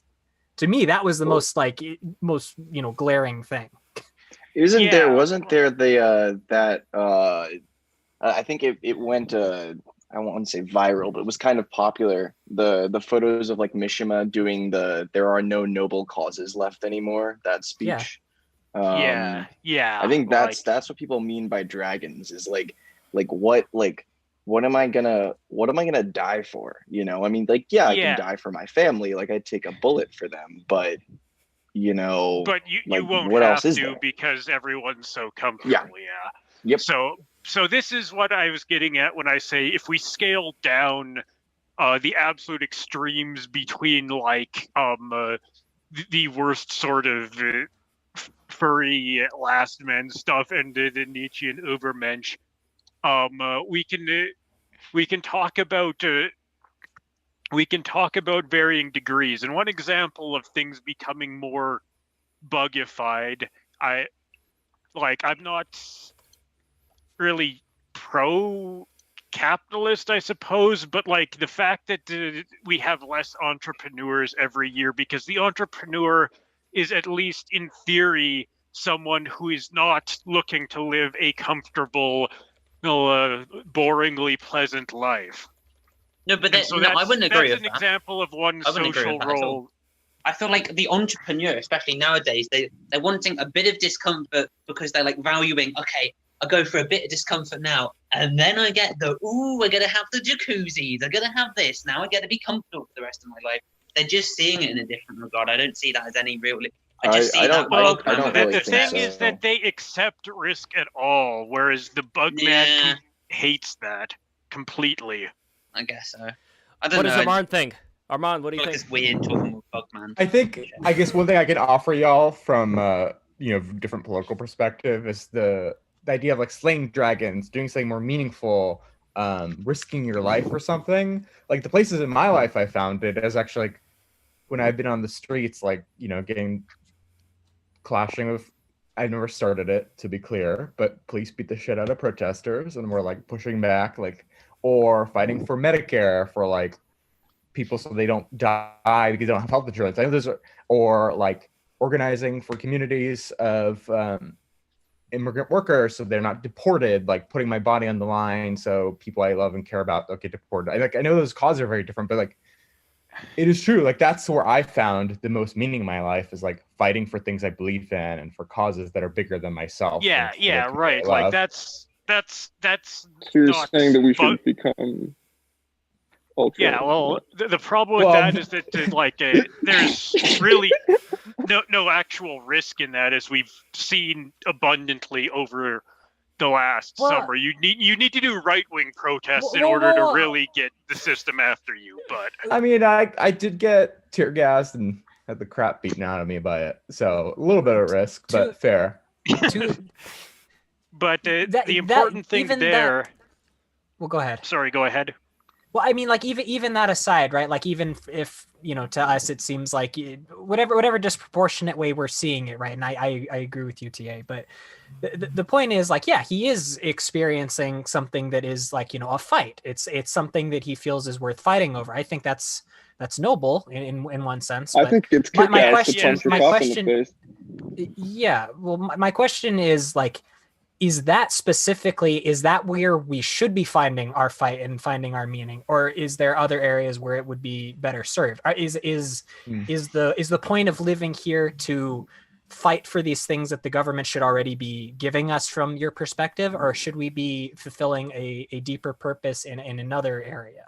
Which one is the one we should be doing? I mean, this is where, just to be clear, you fundamentally believe in permanent insurrection as a positive. Armand, if I could just clarify, like the way I don't want to get into it too much because I think this is just where we fundamentally would see the world differently. But like from my view, it's not that we are saying government should give us these things. It is that like wage labor is a form of extraction, that corporations are taking this shit from us. So when I'm fighting for that, like when I'm fighting for immigrants to like not get deported, is because I think like you have a right, like all humans have a right to migrate and so on, right? Like so. So I don't think I'm like fighting for people to give me shit. I'm fighting for what I think is their natural right that has been stolen. Our natural right that has been stolen. Yeah. Sorry. Right. I'm not saying to give you stuff. I'm saying like, let's say from your perspective, should already be a thing. Right. Yeah. I'm saying you're finding value, you're finding meaning, you're finding this in fighting for something that you think should already be a thing. I'm saying, is that where you should find purpose in your life, like as a default? I don't know. I mean, one way to sort of extricate this from any of the ideology is like, I think it's probably true that, actually the way y'all talked about it was interesting of like, when you read the stories of the 9/11 hijackers, none of them were poor, right? They were actually all like super rich Saudis who were bored as shit with their lives. Very well educated. No sense of meaning, very well educated, had no real prospects for the future, because if you're in Saudi, like royalty, like there's no mobility. You're right? calling like, the 9/11 hijackers the Ubermensch. That's what it sounds like. Well, the thing is, in a way, listen, I know what Armand's saying. Listen to it. Yeah, like sorry, so they wanted to fight to give, like, if you think about it, like the bug man from their perspective, like, your life is great, you've got everything you possibly ever want, there's no risk for you, just chill. But they felt the need to have a greater cause and meaning in their life. It's a cause that I think is evil and horrible, right? But like the jihad and so on was for them, like, it's not like these were like desperate people fighting to survive. These were bored rich kids who did not want to be bugmen essentially and needed a dragon to fight. I thought that was wrong. No, but that's what always happens. That what you described right now, Armand, that is the entire history of any kind of movement. Think of Marx, think of Lenin, think of Trotsky. These were not poor people. These were not people who were raised, like in a small, a small little village without access to books. Like these were people who were raised as the gentlemen of their time, who knew all that there is to know about what the latest trends were. Right, and but, I mean, Marx more was a drunken more shit importantly, poster, Lev, but, why did you stop doing calf phrases? Because I got 400, and 400 is going to be the limit today. I wanted to do to 1,000. Spoken like a true bug man. Spoken like a true bug man. I know. What bug I'm man saying. would not even have tried. Yeah, I'm definitely going to feel that tomorrow. Can I expand on what Armand is saying a little bit as well? Because I think so. Dostoevsky, Taylor argues that Dostoevsky is actually like the best, that underneath, the world sucks, that Dostoevsky is like the best explainer of the spiritual reasoning behind terrorism, which is this idea that like when you reject the world, like these, in Dostoevsky, you've got a lot of characters who are really noble. They're like, oh my God, the world is suffering so much, this sucks. But the point that Dostoevsky makes ultimately is that if you reject the world as being evil, that will only lead to more evil out there. Like you have to embrace the world with love. And so the problem is that when you reject the world, frequently it's like I'm right and the world is wrong. And if I'm supposed to be good, obviously I should make there needs to be more good stuff out there. And so you wage war against it, and that's really where the evil comes from. And so, I think that the problem is that what Armand is describing, you're going to start seeing it in America a lot more. I mean, we saw waves of this happen. We saw the anarchist violence. We saw the Weather Underground in the 60s and 70s. Like, you're going to see another wave of disaffected, disillusioned people, and it's not going to necessarily come from the poor. There's going to be a lot of rich kids who are going to end up blowing something up, right? Because they're just empty. Well, have you heard of the Red Decade book by it always is. Eugene Lyons? Okay, well, yeah, well, before I do want to say anything else, Armand is leaving, so I'd like him to be able to say his final words. I was just gonna say goodbye. Like, thanks everybody. This was awesome. Totally Armand, unexpected. you were amazing. I hope you come back, man. I had fun talking Yeah. with you. I hope you really come enjoyed back. It talking was with really you, nice to talk to you. Absolutely, I'd love to. Anytime you guys want to have me on, I'm happy to hop on by. You seem to be forged by the flames of the chat, so that's It's a good sign. You really you heard us out, which was nice. I appreciate that. I think you guys heard me out as well, so I really appreciate that. So Super Chad move to just deal with the chat and learn to love them, and that's wonderful. I mean, Oh my God. boys, Aiden's a That was the best reoccurring part. guest on this, and she still gets annoyed at the chat. So I wouldn't worry. Even if you get annoyed at the chat again, you'll be fine. I get annoyed. Next time, do I have to get I realize an anime AVI? I'm surrounded by them. Yeah, I've got some good backups, man. I can send you one. Okay. All right, make sure if you want to be super good though, make it fucking grappler back it. If you want to be a cool person, or JoJo, has one of those two. JoJo or grappler backy. If there's one of those two, then you'll be an excellent champ. There you go. Right. You're gonna have to watch the whole series. I'll send you the links and tell me which one's your favorite. You have to do press ups as well. Bodyweight exercises now. When you leave this, bodyweight exercises. No, not calf raises, press ups, pull ups. Body exercises. Got it. Exactly. Yes. Take care. Take care. Thank you so much for coming in. And by the way, with the calf raises, guys, I did 400 fucking calf raises for you motherfuckers. You better pay up. I know that there was not a price agreed upon, but 400 is pretty fucking impressive for what was a meme answer of 1,000 calf raises. Are you fucking joking? I am gonna do 1,000. I'm gonna get there because that's how committed I am. That's how much fire I have within my belly to do all this stuff for you. But you guys have to pay up. You gotta pony up.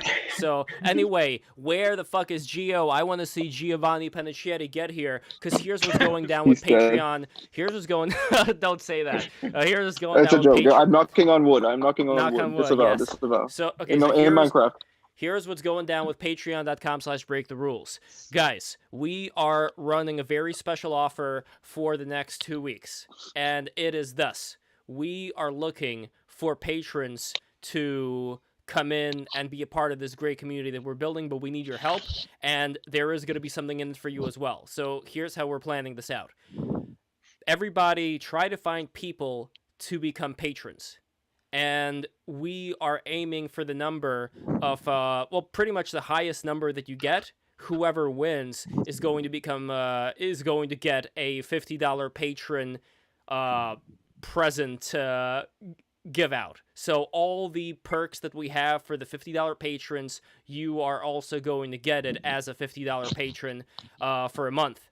And the amount of people, since it's $50, I am aiming for it to be, let's say, a minimum of 10 people. Now, as far as whether it's 10 total people that everybody kind of gets, because that covers the $50 anyway, or whether it's 10 at a minimum, like for each person, I want to ask the panel, what do you guys think? What do you think is the best approach? As far as, do we have a $10 minimum for the people, for like each person, or $10 as far as like if everybody gets enough people so that it equals $50, then the person with the most patrons wins. You're basically asking us what is the most effective form of pyramid scheme. That's what you're trying to say. Exactly. Well, I think having a minimum. I don't know. You should have a minimum on a pyramid scheme. There shouldn't be anyone. They should be able to donate your life savings to BTR, because that means maybe I'll get some of it. So. Yeah, it's not a bad idea. But basically, we are going to be forming it within today, as far as turn love into Jim Jones. Yes, what exactly it's going to be. And right now, this is the stage of us pretty much asking you guys and seeing what format you would prefer it be in. But either way, we are going to do this promotion. It's going to run, and you guys could already start, honestly, regardless of how it goes. I'm going to be honest with you. Can I ask you something? I was very confused with the way that you explained it. I'm not going to lie. I found it difficult to follow. That's because I was doing the fucking calf raises. It isn't broken, thank fuck. That's because I was doing the calf raises, and my mind is okay. So let me explain again. Let me explain again. By the way, super chat for $, Hero Alchemy. Thank you so much for the 400. I appreciate it, my brother. Okay, so basically, we are asking people to find friends of theirs, to find contacts, introduce them to BTR, and have them become our patrons. We are looking for the most patrons. Whoever gets the most patrons wins. And how do we know So this? it's like refer a friend. Exactly, it's refer a friend. So how do we know this? Okay. They would have to write in the messaging, so-and-so sent me, so-and-so referred me. Lev, I'm sorry, I have to interrupt because this was a really good point someone made in the chat. Ask the patrons. That's like, must be really important, right? The patrons should have to say on like how the patron thing should work, right? You should really ask them, like, do something. Because they're the ones that are paying for the privilege, so they should be the ones who decide Absolutely. how the other works. get in. Forget what I'm saying. Ask the patrons. Yeah, that chat. Yes, that is a good idea. So all the patrons that are watching this, and I know this is a conversation, so this was the idea of Jules's girlfriend, and I'm very grateful for her coming on, Jules's girlfriend, into our BTR community on Discord, which you could also find if you go into the description, our Discord link. So anyway, when we're thinking about doing this, Ahmad Sadhu, who is a $50 patron of ours. Peter Faust as well. Peter Faust, same person, by the way. Great and powerful. Don't say Ahmad that. Don't say Sadhu. that. That's supposed to be a secret. Shh. But Do anyway. not ever. No, reveal. But anyway, when it comes to the conversation that Jules's girlfriend, and we were having, where we are right now is that it is going to be who gets the most patrons is going to win. But we still want to keep the number within $50 as far as, like, at least we will end up getting a $50 total from the patronage. Whether it's like, two people bringing in $25 or whatever, this is still a number that we want to get to. If you build up to 50, it still counts. Yes. Well, yeah. Well, see, not necessarily, because if it's like building up to 50 but not 50, if it's like just 20 or 25, it may not be enough for this to be like for the long haul. So we may need to stretch it. But the point is that once we reach over 50, whoever it is that gets the most patrons, they are going to then get a free $50, giving of the gifts that we give to the patrons. All the perks, all the gifts for a month. The giveaway. Wow. Okay. Exactly. That's cool. Jeez. So this is big. This is big time. Exactly, Yeah. it's big time. Patrons. So all you motherfuckers, listen up. This is your chance to become a free BTR patron for 1 month, $50 tier, so you get all the perks, and this is what you get. You are going to get magnets. I am going into OBS. My legs are sore as fuck, but I don't care. Let me find where this thing is. I'm looking at all these little layers. Here we go. Yeah, 400 calf raises. Here we go. Look at these beautiful using those magnets. sore legs to go into it. Woo! Yeah, Look at these beautiful magnets. Maple, mahogany, ashwood, cherry. These are beautiful magnets, and you will get these. It's going to be random which you get, but they are very beautiful, and this is for $20. Oh, and I forgot to say, $5 patrons, you get access to the Percolator secret chat room inside of Discord, and also the other secret privileges that come with it that we cannot discuss right now. Anyway, $20 patrons, like I said before, they get these beautiful magnets. And $30 patrons are, in addition to the magnets, going to get this beautiful print from Geo. Earplug, goodbye, my friend. Become a patron as well. I really appreciate you being here on DLive. We got to get more people on DLive. So, guys, go to dlive.com/breaktherules right fucking now. I'm going to paste in the link one more time because we have to start expanding, and we appreciate all of you. So, anyway, $50 patrons are going to get all of the above, as well as a Geo painting in the Bob Ross style. Very beautiful, very nice painting. They're going to get Jules's coloring of a Warhammer. I said it right this time because you're here. Hey. He's gonna paint a model for you. Yes, paint a model of your choice. Did he say of your choice? Is that what he said? I think it was of the patron's choice.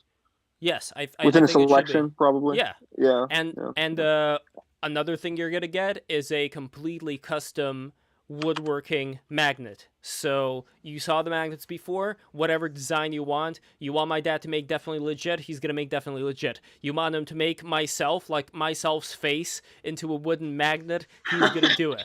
You want him to do like that? Nightmarish. Yeah, yes, he's just. I'm just gonna have a magnet sitting on my ceiling of your face. Yes, you want him I to would do love that. Of that, yes.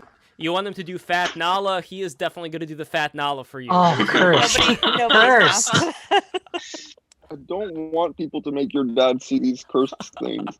Yeah, I feel bad. I feel like that should be more of it, actually, like a lower tier patron is just like give an image that you have to show Lev's dad, just like $5. Yes. Wait, Lev, so are you saying that if I become a $50 patron, okay, are you listening? I need you to hear this loud and clear, that your dad would make Sonichu for me? Of course he will. Of course, there's no doubt. Sold. Of course. Oh, we mentioned Sonichu. Is this the Streamly Sonichu reference? I think it is. Christian Sonichu. Let's take it away for 5 minutes. You know what, guys, maybe he can even do it one step further. I mean, again, look, Chris Chan does not hold copyright over something that he's violated the copyright of, as far as Sonic and Pikachu. Not yet. I don't think there. Yeah, I don't How think there. dare you, Lev?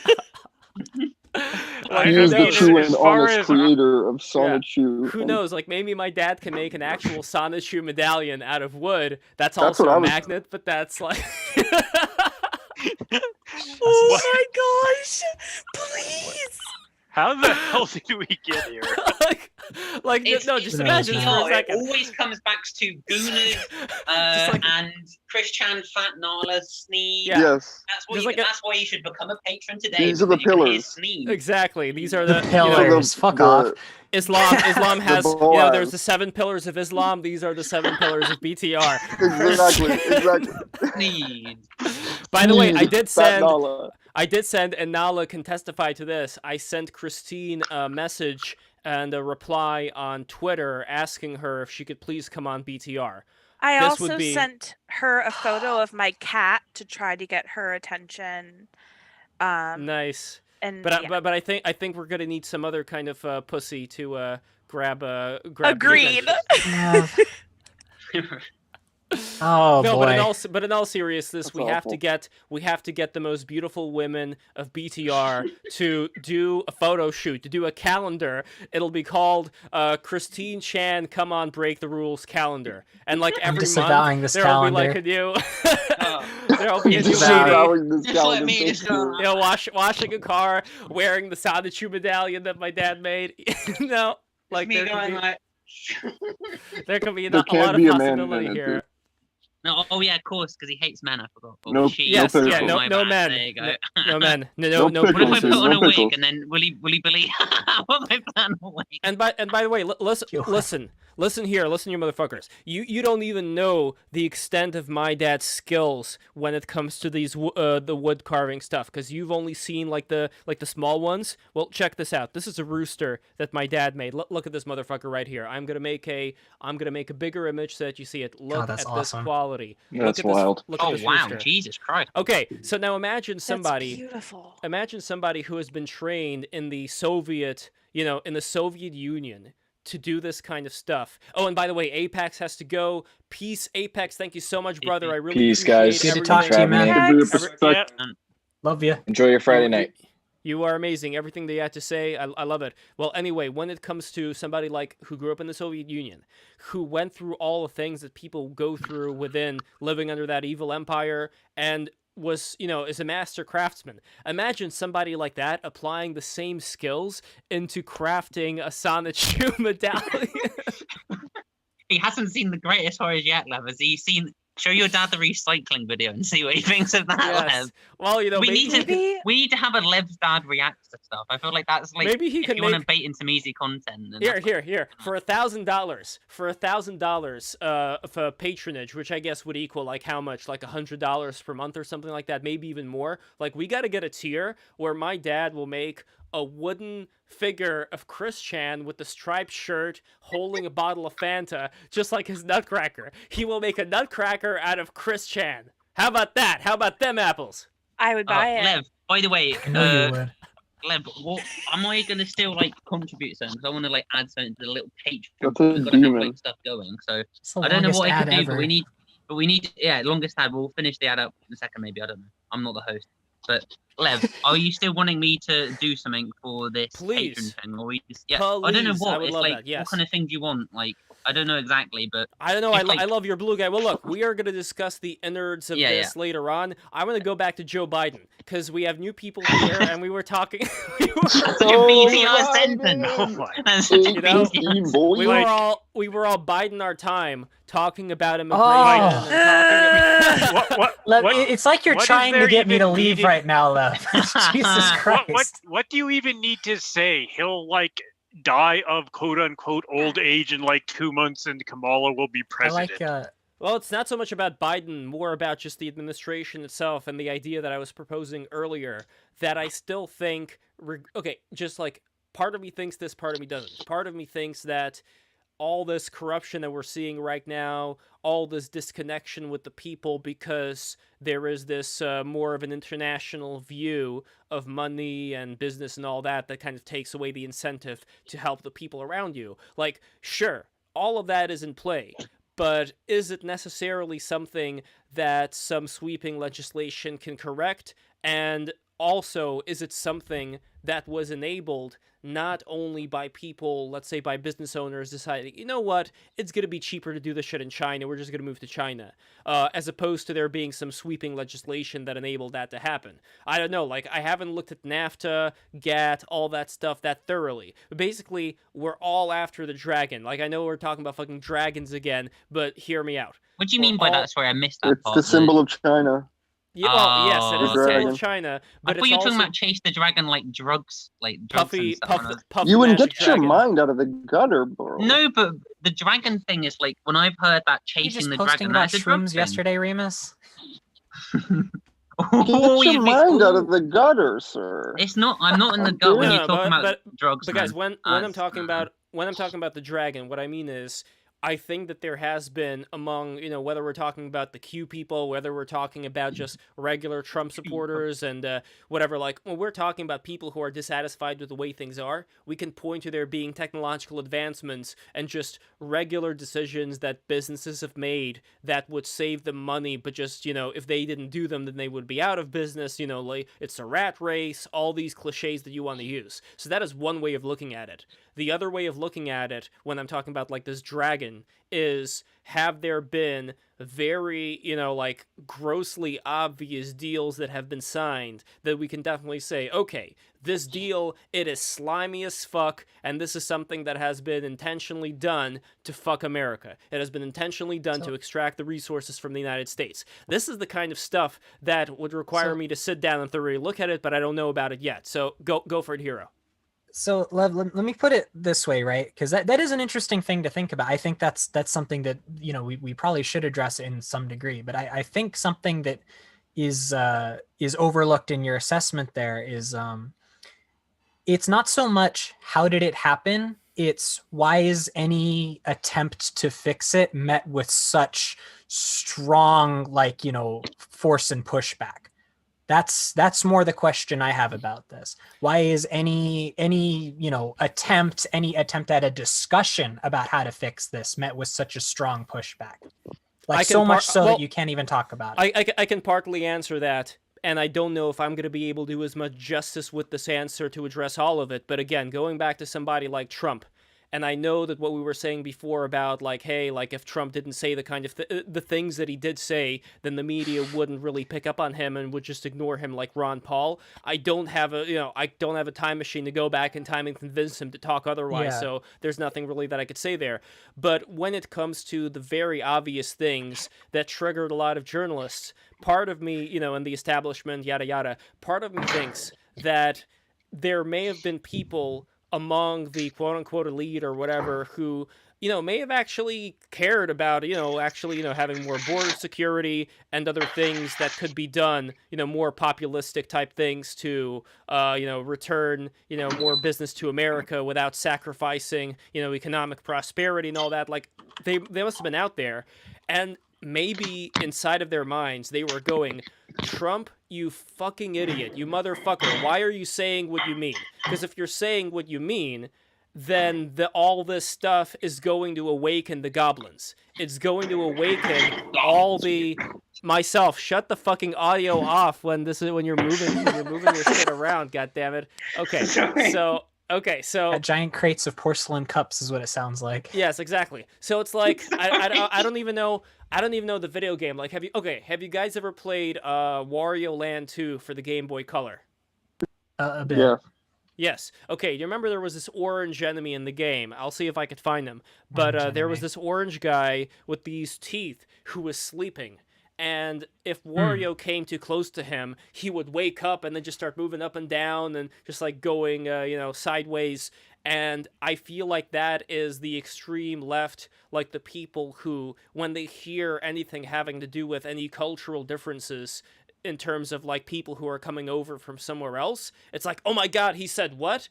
And the media think of the position they're in. Like, let me actually defend them for a little bit. They're like, oh my God, he said it, instead of just ignoring that and letting things go on as usual. This means that we have no choice but to double down on the SJW stuff and talk about how we are a nation of immigrants and never use the word illegal immigrant, always use the word immigrant to talk about them. You know, it almost seems like it left people no choice than to just double down on the wokeness. I think you put too much weight on how these people go about talking about it. I think any discussion of it at all is met with that level of thing. I think the fact that Trump was just kind of and people don't discuss it. That's the point. People don't discuss it. What they do is they say one thing and do another. This is something that was done throughout time immemorial when it comes to somebody who actually wants to get things done. They're going to say one thing. They're going to be, spouting off, sweet nothings. That well, would yeah, be but good you can't trust your government at all. Then, like, what's even the point in that? Even if they're doing the right thing, like, you still can't trust a damn word out of their mouths. Well, the thing you've got to get is that a lot of this is more self-deception than anything else. Every time we see an email leak from these people, like the big WikiLeaks dump back or whatever, you find these people talking to each other. They seem to genuinely believe what they say in public. I will offer a retort. The retort is thus. When they're talking about like, that this is a grassroots revolution, while at the same time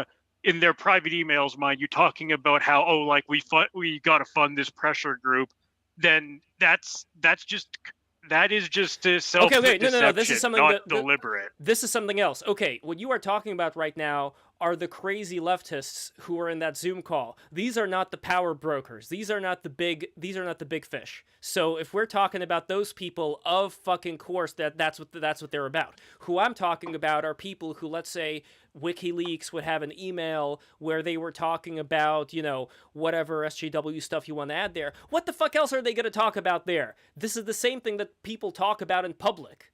This is how they do it. This is the same thing that they talk about in private, because it's not something that is talked about in polite society in any other way, because this is the fashion of the times. They're not going to be honest to their friends even. It doesn't work like that. I mean, maybe if you sat down with them over a beer, then they would be able to outright say what's on their minds. But people put on the guard because they know how dangerous things are, as far as, I don't want to be the odd man out. I don't want to be seen as somebody who is not fashionable. And in the end, that's what it comes down to. It comes down to fashion, and this is the game I think that we're under right now. See, if that's the case, then that system's worth overthrowing, because, you can't fix anything unless you're in on this whole elite cabal thing. But that's always been the system. But that's always been the case. Overthrow the system. Okay, I don't. Okay, think back, for example. Here, I'll offer you another example, even though it's from a novel.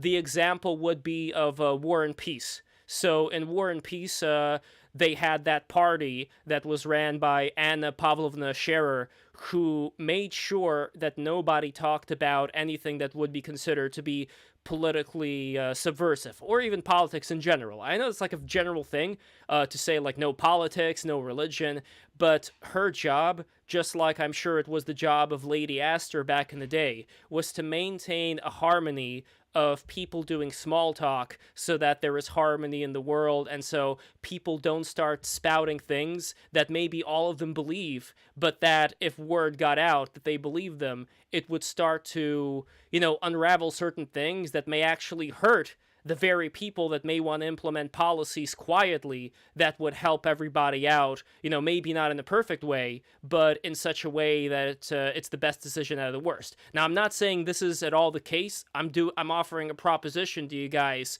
as far as an alternate view on all this stuff.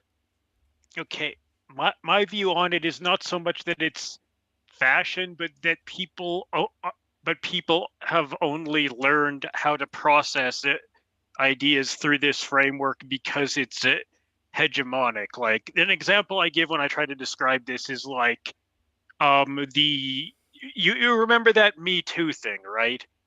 Like, it wasn't really rape, but violation of consent is the only thing morally objectionable that people learn about. Like, that's the only thing we truly think is in some way wrong. So, like, when women are having like sex in exchange for getting a role in like a Hollywood movie or whatever, the only way they can conceptualize why it's bad is this is somehow like rape, even though it isn't.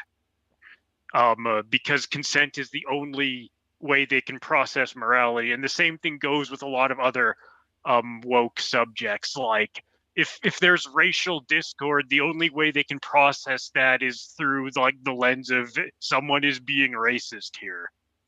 But what else could they say right now? Like, anything else at this moment will open up a can of worms that would attract those orange creatures from Wario Land 2. Like, they open don't up the really can of worms. know Open it up. other Let's say shit thing, that's fucking because like uncomfortable. even the conservatives can only process it as actually you're being racist against white people. I understand, and that is a concern here, but we have a comment from AIC saying, okay, so AIC, Lev is boomer. I love him, but this is the energy. Just autistic concern over radical leftists and SJWs. No, AIC, you don't understand me, my friend. What I'm saying here is not concern over the radical leftists and SJWs. I am explaining an alternative view of how these elements are actually kept in control by the establishment through basically giving them all these emotional huggy pillows, all these emotional comfort blankets, while not really doing the things that they want them to do. That's my whole point. Sure. Yeah, can I speak on this really quick? Sure. So you're speaking about this sort of emotional state of using government and sort of talking or treating the populace kind of like kids. And infantilizing them in a way. And I don't know if any of you guys just watched the whole Biden shit. Like, did you guys? Yeah. Watch the what? Sorry, I couldn't hear that. Did you watch the inauguration? The whole thing. But the whole thing. I'm talking the virtual parade, all of that bullshit, right? Why would anyone do that? Morbid curiosity. I'm in a position where I'm living with somebody who wanted to watch it, and it's family, so I thought it would be interesting. I'm an observer, poor man. Right? So yeah, I know it hurt. So this thing was it was like dystopian. It was scary. It was sort of like framing. The whole point of it was designed to like the thing, not even the inauguration itself, because I was sleeping. I didn't care. But all the shit later, right? Like the whole like show where there's Tom Hanks is introducing celebrities who are singing songs about unity and shit. It was just so like cringe and ridiculous, right? Like, were you around in the Obama years? Just a question. I was alive, but I was. I lived in a different country, so it wasn't the same. I'm not seeing it from the inside, and like okay, because like I'm in Canada, which is basically the same as the United States, and it was much cringier when Obama got elected. No, I remember that too. I was at the Woodstock Film Festival where I had my animated film My Heart Belongs to You, which is about a hamster who falls in love with an elementary school teacher. And I will post that, by the way. And what's interesting is that the guy who commissioned the film, the music video rather, he plays piano in Washington Square Park. He's a great guy, but he also when he wanted me to do another short afterwards about the park, about Washington Square Park, he was talking about including elements like, have like Black Lives Matter in there. And, and this was already at the point, this wasn't during 2016. This was earlier. This was like the first kind of iteration of this whole thing starting. But I already felt weird vibes, even though like I wasn't as familiar with that many things back then. And I'm still not familiar with that many things now, but, relatively speaking, of course, I felt that there was a goose-stepping energy in the movement that was going on there. And later on, he ended up, printing on his piano. And again, like, much respect to the guy. He is a brilliant pianist, a wonderful composer. But I think he also kind of, like, went with the same wave. He printed on his piano, "This machine kills fascists." And that was around 2016, 2017. So he was also going within that flow. So John Green's computer. That comes from Woody Guthrie originally, I believe. Like, he put that on his guitar when he was singing bad folk songs. Yeah. Interesting. I got to look that guy up. But the point here is that all folk songs are bad folk songs, and I love it. Well, this thing, it's been around for forever, like I said before, and people adopt to these different fashions. But think back to what happened during the 30s. I was mentioning this book earlier, and hold on, I'm going to look up My Heart Belongs to You and send it. But think back to the 1930s. There was this book that was written by Eugene Lyons called The Red Decade, which talked about how the intellectual class in the United States, they were pretty much Stalinists. And if you were into Stalinists, then you were excluded and you were shunned. And that included all the other socialists, that they called, so-and-so, various names. So when it comes to these trends that people get on, like, we're talking about something now that looks so fucking big, but in comparison to back then when there was a competing world power that had agents within the government working actually like within the FDR administration, it was a very different thing. Same thing like with Black Panthers. And yes, I know fucking Logo Daedalus talking about it was the CIA. Sure, maybe there were some elements, but the Soviet Union, they put so much money into a lot of these radical leftist organizations that were going on at that time. And there was a lot more chaos. Like, it would be interesting to imagine what a stream like this would have been like back then during like the late 60s, early 70s. And as far as fashion demoralization, check out some of the horrible fashion of that time. Like the 80s, I think, sprung back a lot of nice energy. But there were periods of time when I think people, if they were to be online, they would feel pretty fucking black-pilled, and they would not see a good future for the United States based on the things that they're seeing. And I'm not saying our plot problems are exactly the same. It's also because of the nukes. Yeah. It's a little bit more complicated, right? The nuclear bomb. Yeah. That you know what I mean? That contributed they were like, to it. Hey, we might all just get instantly vaporized. Feels pretty bad. Yes. Well, okay, China, that's actually a good point, where Super Iron Bob talked about China, and to the extent of the spycraft that's going on there. The one thing that I would say, though, is that as far as just the amount of power that a lot of these movements had, Black Panthers, Malcolm X, whatever, like, this was so much more of a vehicle that did not feel at that point to have been co-opted and instrumentalized by that much of the elite. And there was a fear there, like, think of, like, Weather Underground and all the bombings that were taking place and all these things that made people not feel at ease. And now what do we get? We're looking at New York City, and just yesterday and I think the day before, just some kids had the trans flag up and were protesting, on MLK Day for BLM. And it was just like a pathetic example if you compare that to what was going. And yes, I know this whole year there have been, horrible things look at happening. Portland. Yes. No. I get that point. I get the point about Portland. But even there, as far as the amount of death goes, and there were deaths, I'm not saying that there weren't, to equate that together with the things that have happened in the 60s and 70s with people dropping out, doing acid, just a whole generation of young people completely disassembling themselves from society. And people talk about the day of the pillow, the eternal boomer. How many of those people were these people who had everything given to them on a fucking silver platter, then dropped out of society and were, just having sex and doing drugs, and then they went back in there and demanded more shit? So, I mean, I think this kind of leads into things we were talking about earlier with Armand. I think that in itself is kind of, leads itself to prove that that material wealth is not doesn't equate happiness, right? Like if you are an unfulfilled person, you'll be miserable no matter how rich you are. And I think that really, I think removing institutions and cultural forces that maybe don't give you meaning, but lead you to places that give you meaning, removing those has been more damaging than anything. I think the fact that a lot of the boomers opted to ignore a lot of more responsible choices and opted to zone out on drugs and free sex and do all these things and remove all these barriers and stuff. And it's like that was a big shake for people. I know my grandfather was not very happy about it. And he kind of has inklings where he'll talk to me and he'll tell me about how like I just don't understand how things slip this far. It's just kind of hard to keep track of it all. We're seeing the effects of that play out now, and we're seeing the consequences of it kind of fight itself as of right now as well. And I think that's something more to look at. So, we're talking about, does right now kind of compare to the 60s or compare to these times? Like how do these protests compare and things like that? I don't think it's fair to compare them. I think it's much more that one has led to the other, and we're in a similar-ish, but very different situation right now that we haven't gone through before. It's like the wave hit the back of the pool and is coming back. Yeah. Yeah, but when the wave comes back, how strong is it in comparison to the first one?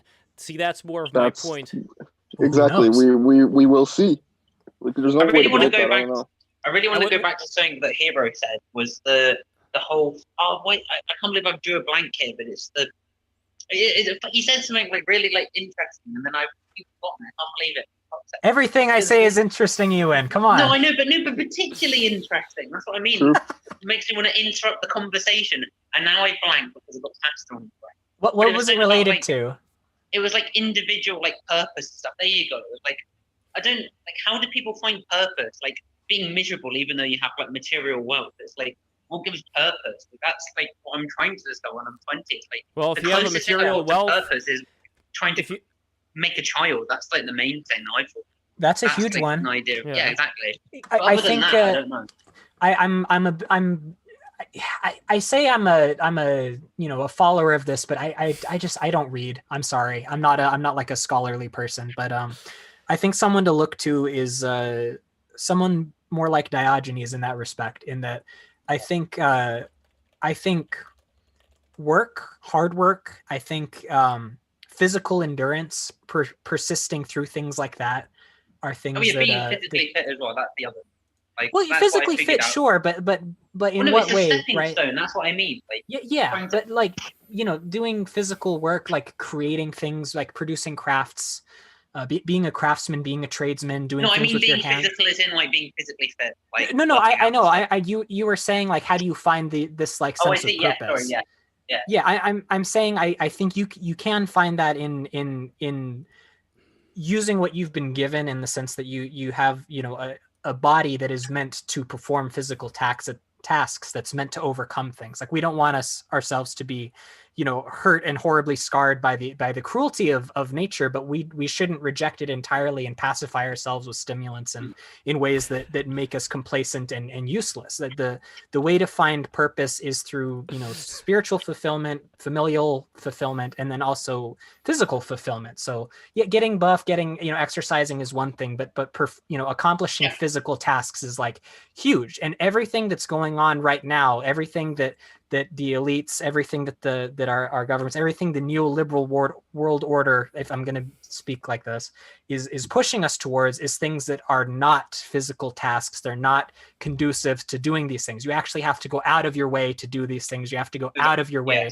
to go do that. And that, to me, that's like the central problem. That's where I find the biggest issue with everything going on right now. It's not that you can't do these things. It's just that you actually have to go out of your way to do that. And it's getting harder and harder to do. I think there's a much bigger problem than that, though. I feel like the bigger problem is the fact that we can go out of our way to go these things, but then there's it's the other thing that's been taken away, that spiritual fulfillment, that I feel like so much more lacking than physical. Yeah, but I talk about people who are weak men and sometimes jokingly, but I used to be a fat fuck. Fat fuck. Show off your guns. Show off your guns, Ewan. I'm still working on them. I gotta I want to work more on them, but it's about spiritual fulfillment. Like, I have no fucking clue. Like, I wanted to try and get into meditation, but like, I'm not even sure if it's meditation. It's like some big thing. Like, I can teach you. I'll teach you. I'll teach you the Wim Hof breathing technique. I'm really good at that shit. So. There are many ways to meditate, man. There are many ways to meditate. It's not just sitting down quietly. Some people meditate in a different way. I know. You've talked about that before, but like, there's this thing about wanting to create something more than myself, and that's like the main thing that I feel I need to I'll figure out. I mean, it's not like classed as more than myself. It's not. It's basically a mandala pin for the stomach, but it's I don't know. Oh man, I love how you put that. Try and put yourself in a position where you feel higher energies are speaking to you. You'll know it when you feel it. That's the goal here. Being a Catholic, I would recommend higher energy. Listen to the church, do all this stuff. But honestly, even personally, I find that I find that the strongest when I'm in the mountains, when I'm in nature, when I'm taking walks, when I'm on my own. You know, find where it speaks to you the most. I think that's where you have to to listen. The strongest energy I've had so far is with the lady friend, but right. That's a different type of energy. That's a different type of energy. I know it is, but the second kind of one is doing like when I get into that proper creative niche zone. Like, this is really like energizing. So I'm doing like 3 things at once. I'm learning. I'm doing shit, and maybe some, I'm entertaining as well. Some of you anyway. Some of you probably fucking hate me. You already chewed off, but that's good. I love you, man. Are you kidding me? I know. I'm glad people hate me because I'm being a fucking human being. I can't be one of those men. A human being. I know. That's what I mean. But some people hate me, and that's good. That's good that some people hate me. Yeah. Otherwise, I'm a fucking boring goober. Well, you know what? We gotta go from being human beings. We gotta go from being human beings to human doings, and then I think we're going to stand out. Oh my god. By the way, I think we may be ending the podcast already. Why am I calling that? I mean, it is a podcast too, because we do. Oh, by the way, here are some of the things that I got to talk about that I did not talk about regarding BTR at fucking all, because I keep getting distracted. So, number 1, for those of you who do not know, we also have an audio version that we do of Break the Rules, and I'm going to post the links. First, as I do all the time, we want to get like the most patrons. Find us patrons. Whoever gets the most patrons, we're going to announce the certain time, but whoever gets the most patrons will win all the perks of the $50 patronage for a month, and the limit would be when we get like $50 in total. So here we go, patreon.com/breaktherules. But now let me tell you about the other places where you can find Break the Rules. So first off, for all of you iPhone users, for all of you China sweatshop people, exactly. So for all you folks, here's what you do. Go to podcast.apple.com. Here is our podcast version. So this is audio. This is audio only. Break the Rules. Get in this shit. Give us a 5-star review right now. You already know what this is about. Give us 5 stars.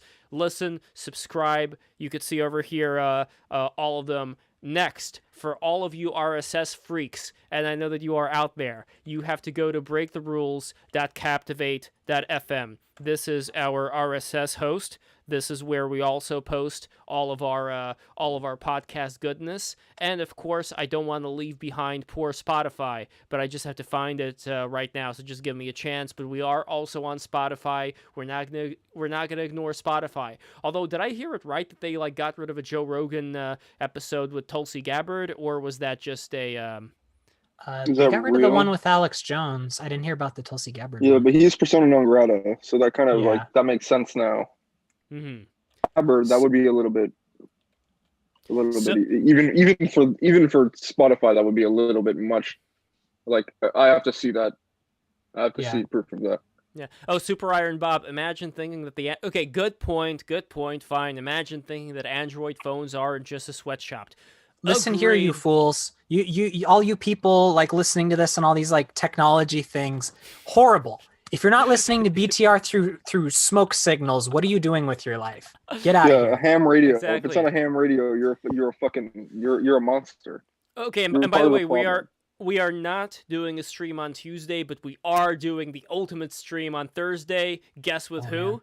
Owen fucking Cyclops. Yo, Amazing. let's go. Amazing. He is coming in. But here's what I want to do for Tuesday. I want to try this out. I'm not sure where I'm going to try it out yet. I have a VR headset. And in my VR headset, I have Tilt Brush. And I want to draw stuff inside of Tilt Brush while live streaming. So I want to try this out. This is going to be an experiment. That would be so cool. And I want you guys to also be in on it, where you would see me with the screen and everything. So let me work it out. Let me see how we can do it. I'm sure that there is a way to do it properly. That would be really cool with Owen too, because it's like, He's you know what I gonna mean? get so You can distracted, literally, though. you can literally draw concepts. I mean, with Owen, I in do want to real time. concentrate more on Owen. But look, I think that Owen's gonna like being on BTR so fucking much. He's gonna come back, and then we will do a virtual reality. But let me see over here, Spotify. I just have to search. That is the one link that I did not put in here. So break the rules. I'm searching for Spotify. It's not giving me anything. Because I'm typing in THE instead of TH3. Here we go. Break the rules, Spotify. Here we go. Here are the links. Okay. So Spotify. Let's see. No, this is 2019. Oh, here we go. I found it. Okay. Here is the Spotify link for all you motherfuckers. Here it is. Spotify.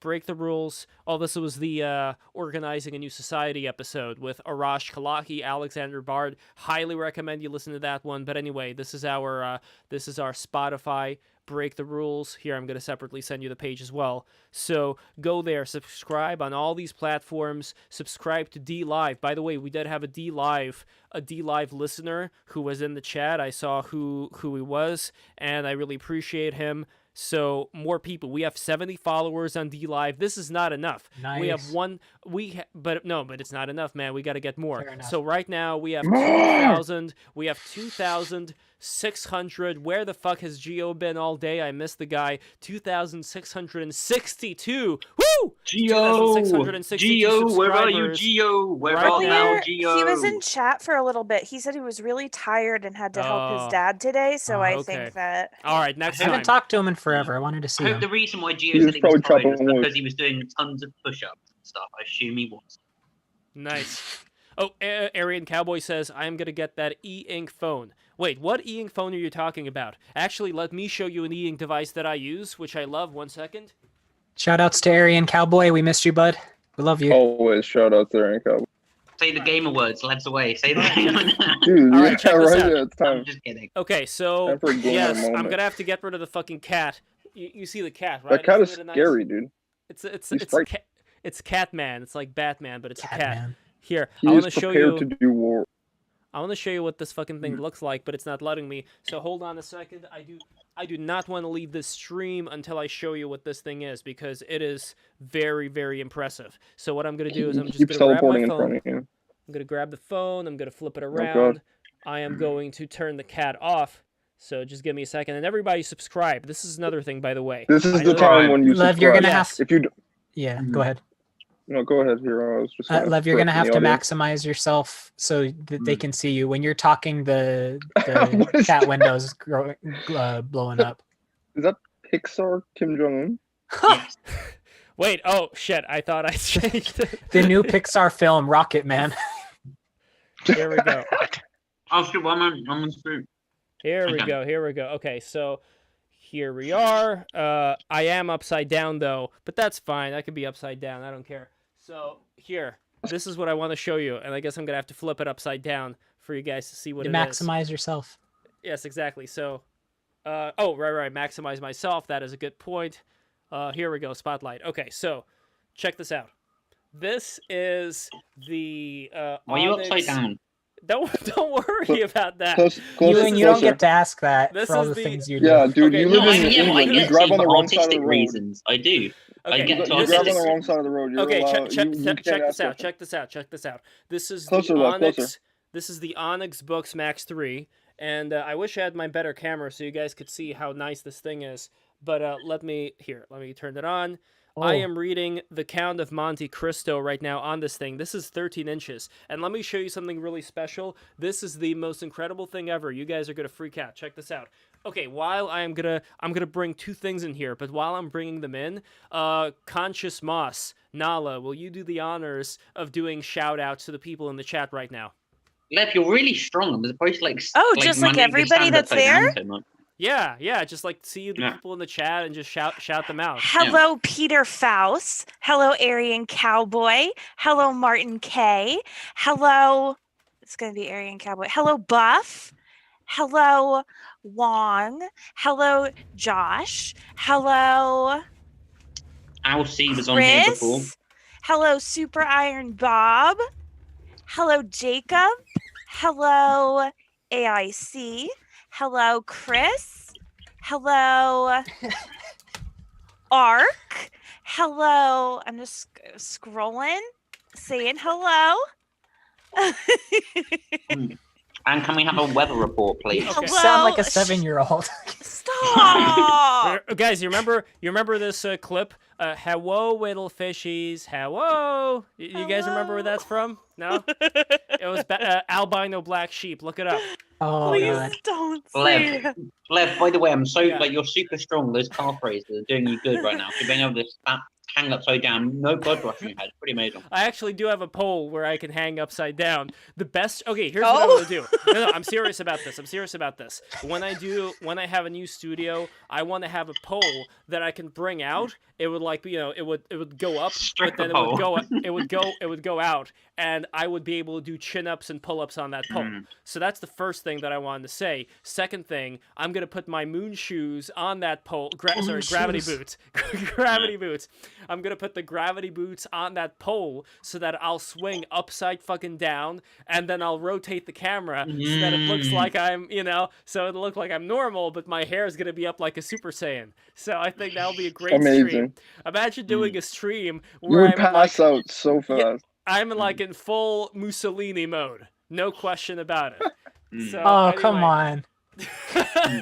Okay, so do more shout outs. I am almost ready to show you what I want to show you. So just do more shout outs. Okay, I'm on it. Can I repeat people's? No, you gotta scroll up. Okay. Hello. Who did I not get? Hello, King Kush. Hello, Ross Burns. Hello, Karina. Hello, Welder Guy. Hello, Peter Griffin. Hello. No. Oh, you're joking. Yeah. I scrolled. What you're saying. Okay, who have I missed? Oh.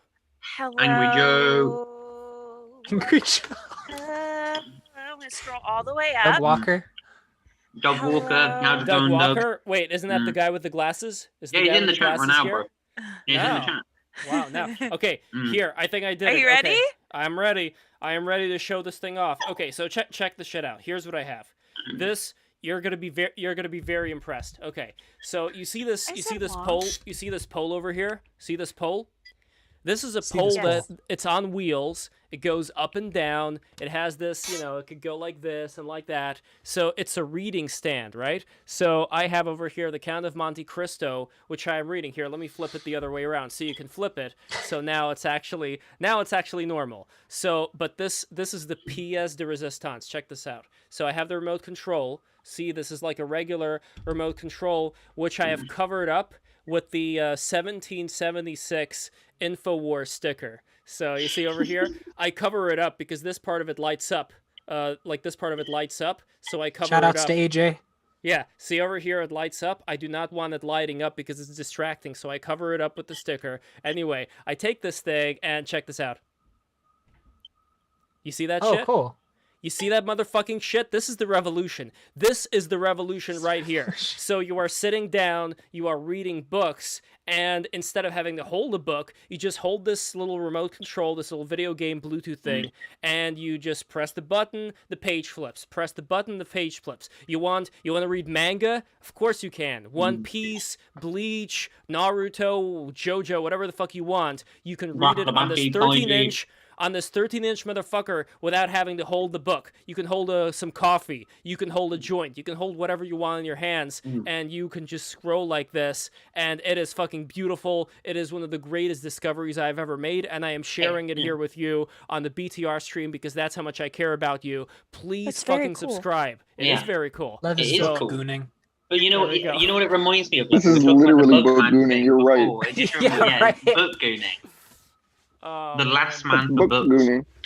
Imagine reading. You just reminded me. What was that thing Gio said when you guys were? This is way back when you guys were like first getting into the whole gooning thing on the stream. Gio made this shout in his voice, and he went, "The goon is the definition of the last man." He really intense. Yeah. That's the quintessential Gio quote. Yeah, I want that as like a fucking ringtone or like an alarm sound or something. Or like every time we get a super chat or something that should play. Yeah. Oh shit. Oh man. Double pasta cam right now. Yeah, dude, how's your pasta? Your pasta, dude. How is it? I haven't. Hold on. It's not pasta. I haven't put my foot in it. No. Please stop. Oh, you did it. Why? Take back what I said, you, and I hate you now. Good. All right, guys. I think we're pretty much done over here. Let me just go through the comments because I didn't see the comments before. Chat respect. Can I also make a last note on something? Go for it. Or do you want to go through the comments first? I'd also like to do that. So something I think you guys need to remember, if you feel like you're getting blackpilled right now through all this stuff going on, try and get yourself out of that mindset. Things are not going to be things are going to be really, really hard. Things are not going to be as bad as you think they are. They're just going to be really hard. But there's a lot of good to come out of this. It's not even going to be that hard. It'll be fine. Well, I think they will be hard, but I think good things are going to come out of it. I think the people that are watching this stream, the people that are in our circles on Twitter, the people that are in the know, we are primed to be people that can survive outside of the downfall and the crumbling of social lives because of what's going to happen. Neoliberalism's going to do what it's going to do. Everything's going to go the way it's going to do. But we're in a perfect position to survive outside of that. Just remember what's important in your life. Remember to focus on your family. Focus on what's important in life. Remember that wealth is not everything. That materialism is not the be all end all of everything. And help people that are struggling through the times coming. Help them get through it as you know how to do, and you'll be able to make it through just fine. Just something I wanted to end on. You are the sages that are here to lead the people through this coming darkness. That was really maybe not me in particular. Maybe other people. You especially, Ewan. You especially. Yes, especially. No, I'm good, but I'm like the shit. I'm sending you your robes right now, man. You are a sage. Okay, fine, sure. Oh, and by the way, we have Nina Paley in the chat. So Nina says, if you read on paper, you don't need a remote control or a stand. Okay. Based. Nina, I love you. Based I in understand Red Pill that's Nina. Lindy, but keep this in mind.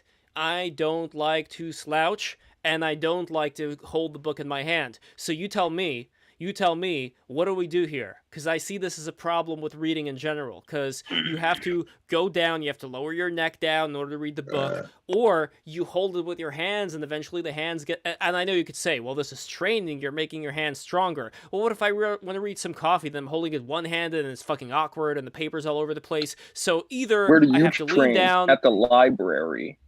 You know what I mean? That's what you got to do, dude.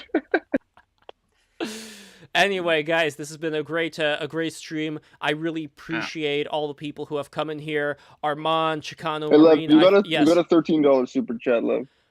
Oh shit! Sorry, you are absolutely right. Let me see that right now. Fucking read that right now, Lev. I fucking read that right now. Here we go. Okay, Streamlabs dashboard. Here we go. Oh my God, you're right. Okay, here we go. Wait, hold on. There is more. I did not see this. This happened 9 minutes ago. Holy fuck. Jacob Stern, $5 via Patreon. We fucking did it. Jacob, thank you so much, buddy. Go. Wait, who's that attributed to, though, to the contest if you're doing that? That's a good point. That counts as you. That counts as you, because that means you would just win, wouldn't you, Lev? Well, you know what's interesting about this? Jacob could theoretically attribute any one of you, and that would give you the incentive to find more people. Think about that. So, Jacob, whoever you want to bestow this on. Wait, could he contribute that to himself? I don't know. No, I don't think that counts. Sorry. Yeah, but but surely that should count, right? Because then that's like you're still donating and encourage people to get the first. Yeah, you can vote for yourself, your own money in the tip jar. So, I think that should be allowed. I don't know. I don't think that's that kosher. But anyway, over here, we have Super Iron Bob, $13. Thank you so much, buddy. 13 inches, you say, ooh, which is what the furry people like to say, ooh, because it looks like a character with closed eyes and the fangs. But yes, this is a 13-inch tablet. Is that really why it's ooh? Because of the fangs? I thought it was just this like silly noise. No, I know it was a face, No, but I didn't realize it was fangs. it's a face. It's a face. Is it really because of the fangs? It's an emoticon. It's essentially yeah. Jesus. It's an emoticon. There's your emote, Lav. There's your next emote for the Discord. Oh boy. Yeah. All right, guys. I'll take my headphones off. This is it. We are ending this. Once again, everybody, don't forget to subscribe. Wait, also, is there anything anybody here wants to plug? Because I have the chat window open. I can put in any link you want. Anything like your Twitters, or I can plug your Twitters. You have a PDF to my book club. Follow me on Twitter for Baki posting and me talking about fights when they're on. And Remus, what you have to do, Remus, is that you have to update, and this goes for everybody who is ever a guest on BTR. You know who you are. Go into your settings. Well, go into your settings and make sure you have your handle in there, because I am sick and tired of changing everybody's fucking handle all the time. You know, changing their names, adding their handle. I apologize very much. That's okay. But the worst is when people go in here with their like personal shit, with their personal name, personal phone number, and it's like, I don't catch that in time, so it's like, what the fuck? No, I try to catch that in time, and I think I usually do, but I have to close the screen sometimes in order for that to change. I think it happened today too. But anyway, I'm just saying that be careful out there. I don't want to dox anybody, and this is why it's very important. Just a PSA. I almost doxed myself to talk about Christian once. Exactly. This is what I'm talking about. So 100%. be careful. It's gonna be my downfall. That is the most you thing I've ever heard in my life. My full name, Hero. He didn't let me in. That's the most you thing I've ever heard. He didn't let you in. I did not let you in. God. Yes. Yes. Anyway, we have a comment. Nina is chat pilled. Yes, she is. Nina, thank you so much for being in the chat. And I would love for you to come back here for. We're gonna do another free for all Friday next Friday. So it's gonna be 2 days in a row. We're gonna have Thursday Owen Actually, Nina, if you want to join us for Owen Cyclops, I think that would be pretty cool, because that would be That's a really good idea.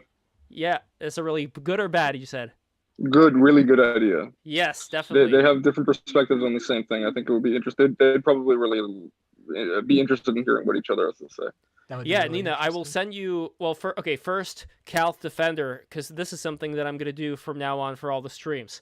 Okay, Calth Defender. I mean, unless it's like really, really big here. Okay, here we go. So twitter.com/Calth Defender. Follow Remus on Twitter. Conscious Moss, I'm gonna do the same for you. See, I just have to have these links at the ready. Oh, actually, I kind of do. Hold on one second. Again, subscribe, everybody. Any last words before we go? Remus, any last words before we go? Yes, I have last words. Earlier, somebody said, I cut out, so I didn't hear, but I'm going to address this. Earlier, somebody said something which I thought was a little bit ridiculous, which was, there is no white culture, and what that means is no, that was him, wasn't it? What that means is America. America is McDonald's, and that's cool. But there's a whole lot of people on this earth with the skin color and the culture. You see, the reason that America has such a hard time is because it's a continent, not a country, and your states are more like countries, and your culture varies. Yeah. So it's American like saying there's culture. It's just state to state, region to region. It's ridiculous to say even white. It doesn't even make sense. Well, it's like saying there's no African culture. Exactly. You know, there's no black culture. It doesn't even make sense. It's like which group of black people? Like which one are you talking about? Because Jamaicans are different than I shouldn't even have to say this, but people. You know what I should say? You know what I should say? Jamaican me crazy. You're making me mad, man. That's exactly how I feel. You're making me mad, right. man. And, what is white culture bullshit, man? Stop it now, man. I didn't get to say that. Stop it now, man. By the way, I do remember that. Do you remember the lobster? Was it a lobster from Little Mermaid? Yeah. Yeah, Sebastian. Oh no, Sebastian was incredibly. Would that be considered racially insensitive today? No, man. Whether it would be or not, they'd find a way to make it. Yeah, somebody would make it because it's like. He is my brother, man. Don't insult my brother, man. I can't think of Sebastian lines right now. Yeah. I don't know anything. I've never seen it. Okay, here's all kinds of Twitters for the people who are on here. I'm just posting them all at once. This is so easy. I'm just gonna post them all at once. 0HP Lovecraft, Friendly Whale Shark, Jack. Well, this is why it took you long to get here, my friend, because you are an actual whale. For the people who don't know, we have an actual whale on the stream who has figured out a way to go online, using that echolocation or whatever the fuck you have. So anyway, Armand, follow Armand on Twitter. Armand's a great guy, MVP. He was here for a very long time talking with us about all this stuff. Good. And this is what we want to do. We want to bring people. Oh, I think my battery faded. Shit. But it doesn't matter because we're at the end of the stream. Chicago Marine. Well, Hotep Sophia was not here this time, but I look forward to having her back. Yeah, well, she is gonna come here next time. So this is the end, everybody. You didn't plug mine, love. Oh shit! Oh shit! Oh man, I feel like a real dunce. No, I feel like a real. I'm gonna take this moment because I see Geo in the chat. Go check out Geo's fucking YouTube channel. I'm gonna put it right here. Go subscribe to Giant Art Productions. Go check out his stuff. He has amazing videos. They are fantastic. Here we go. And again, everybody join us inside of the BTR Discord, which you will find a link to in the description of this video. And that's it. Yeah, here we go. Hero. My hero. Hero. There we go. Yeah. Hero we go. My hero Academia. I'll just have a quick little message as well for myself. Yes. I could post my... Let's see if I can quickly get my Gumroad. If I can't get my Gumroad in a quick amount of time, then I won't bother. But I think it's gumroad.com/myself. I think that's the link. Wait, now that I will post stuff on here occasionally, but the main thing is if you've got a task and you think maybe I could do it, something, just fucking at me on Discord or whatever. I'm in the server. But I'll post it again. Hopefully I can just paste it? No, can't paste it. This is doing it live here. Just if you've got anything that you think I can do, I don't know exactly how I can help. I can do some drawing bullshit or whatever. Send me a thing because I want to try and get some work done. I don't know exactly what, but I'm here giving a shout out. If no one says anything, then that's fine. But I just wanted to put that out there. Everyone's shilling their shit. So I'll shill. Please follow Ewan, myself on whatever Gumroad. I do. Yes. Oh, it's not even on Gumroad. It's just whatever I do. I'm like in and there. I'm gonna try and get a website created at some point. Like I think that's the best. Watch him dance to dial-up noises. Exactly, or whatever I end up doing. My book, if you want my book without having to pay for it, just DM me, but you're going to have to beg. Well, not beg, but you'd have to ask for it.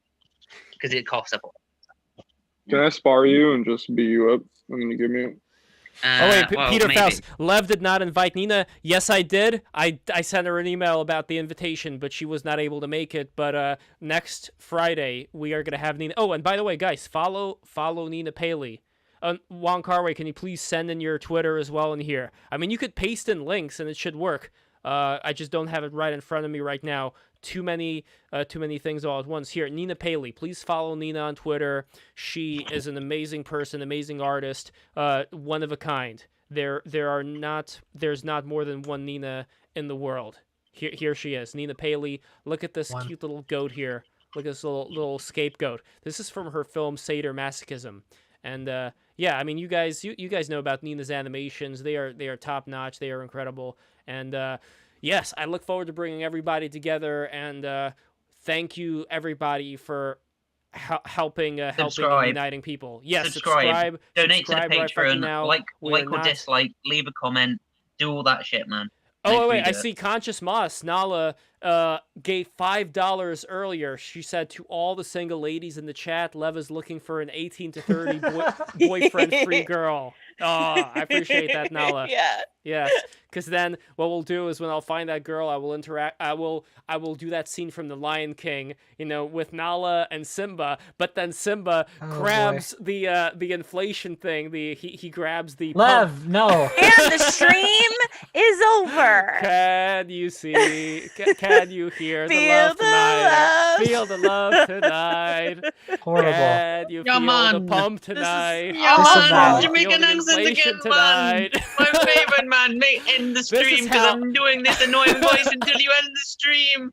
I'm gonna keep going, man. This should You're be gonna the proper, end the stream, this man. should be I'm the gonna keep proper talking ending over to the you, Lion man. King. This I'm should be the gonna keep proper ending talking to over the you, Lion man. King. Just like a fat knowledge just bouncing on Scar. It's like, I fuck hate you. this. Take Stop. that. End the stream, Stop. man. End the stream, man. This is going too far now, man. I'm gonna do the shitty accent where you end the stream, man. End the stream, man. Come on, man. You're making me annoyed now, man. You're making me impatient, Good night, man. everybody. Bye-bye. All right. You're making me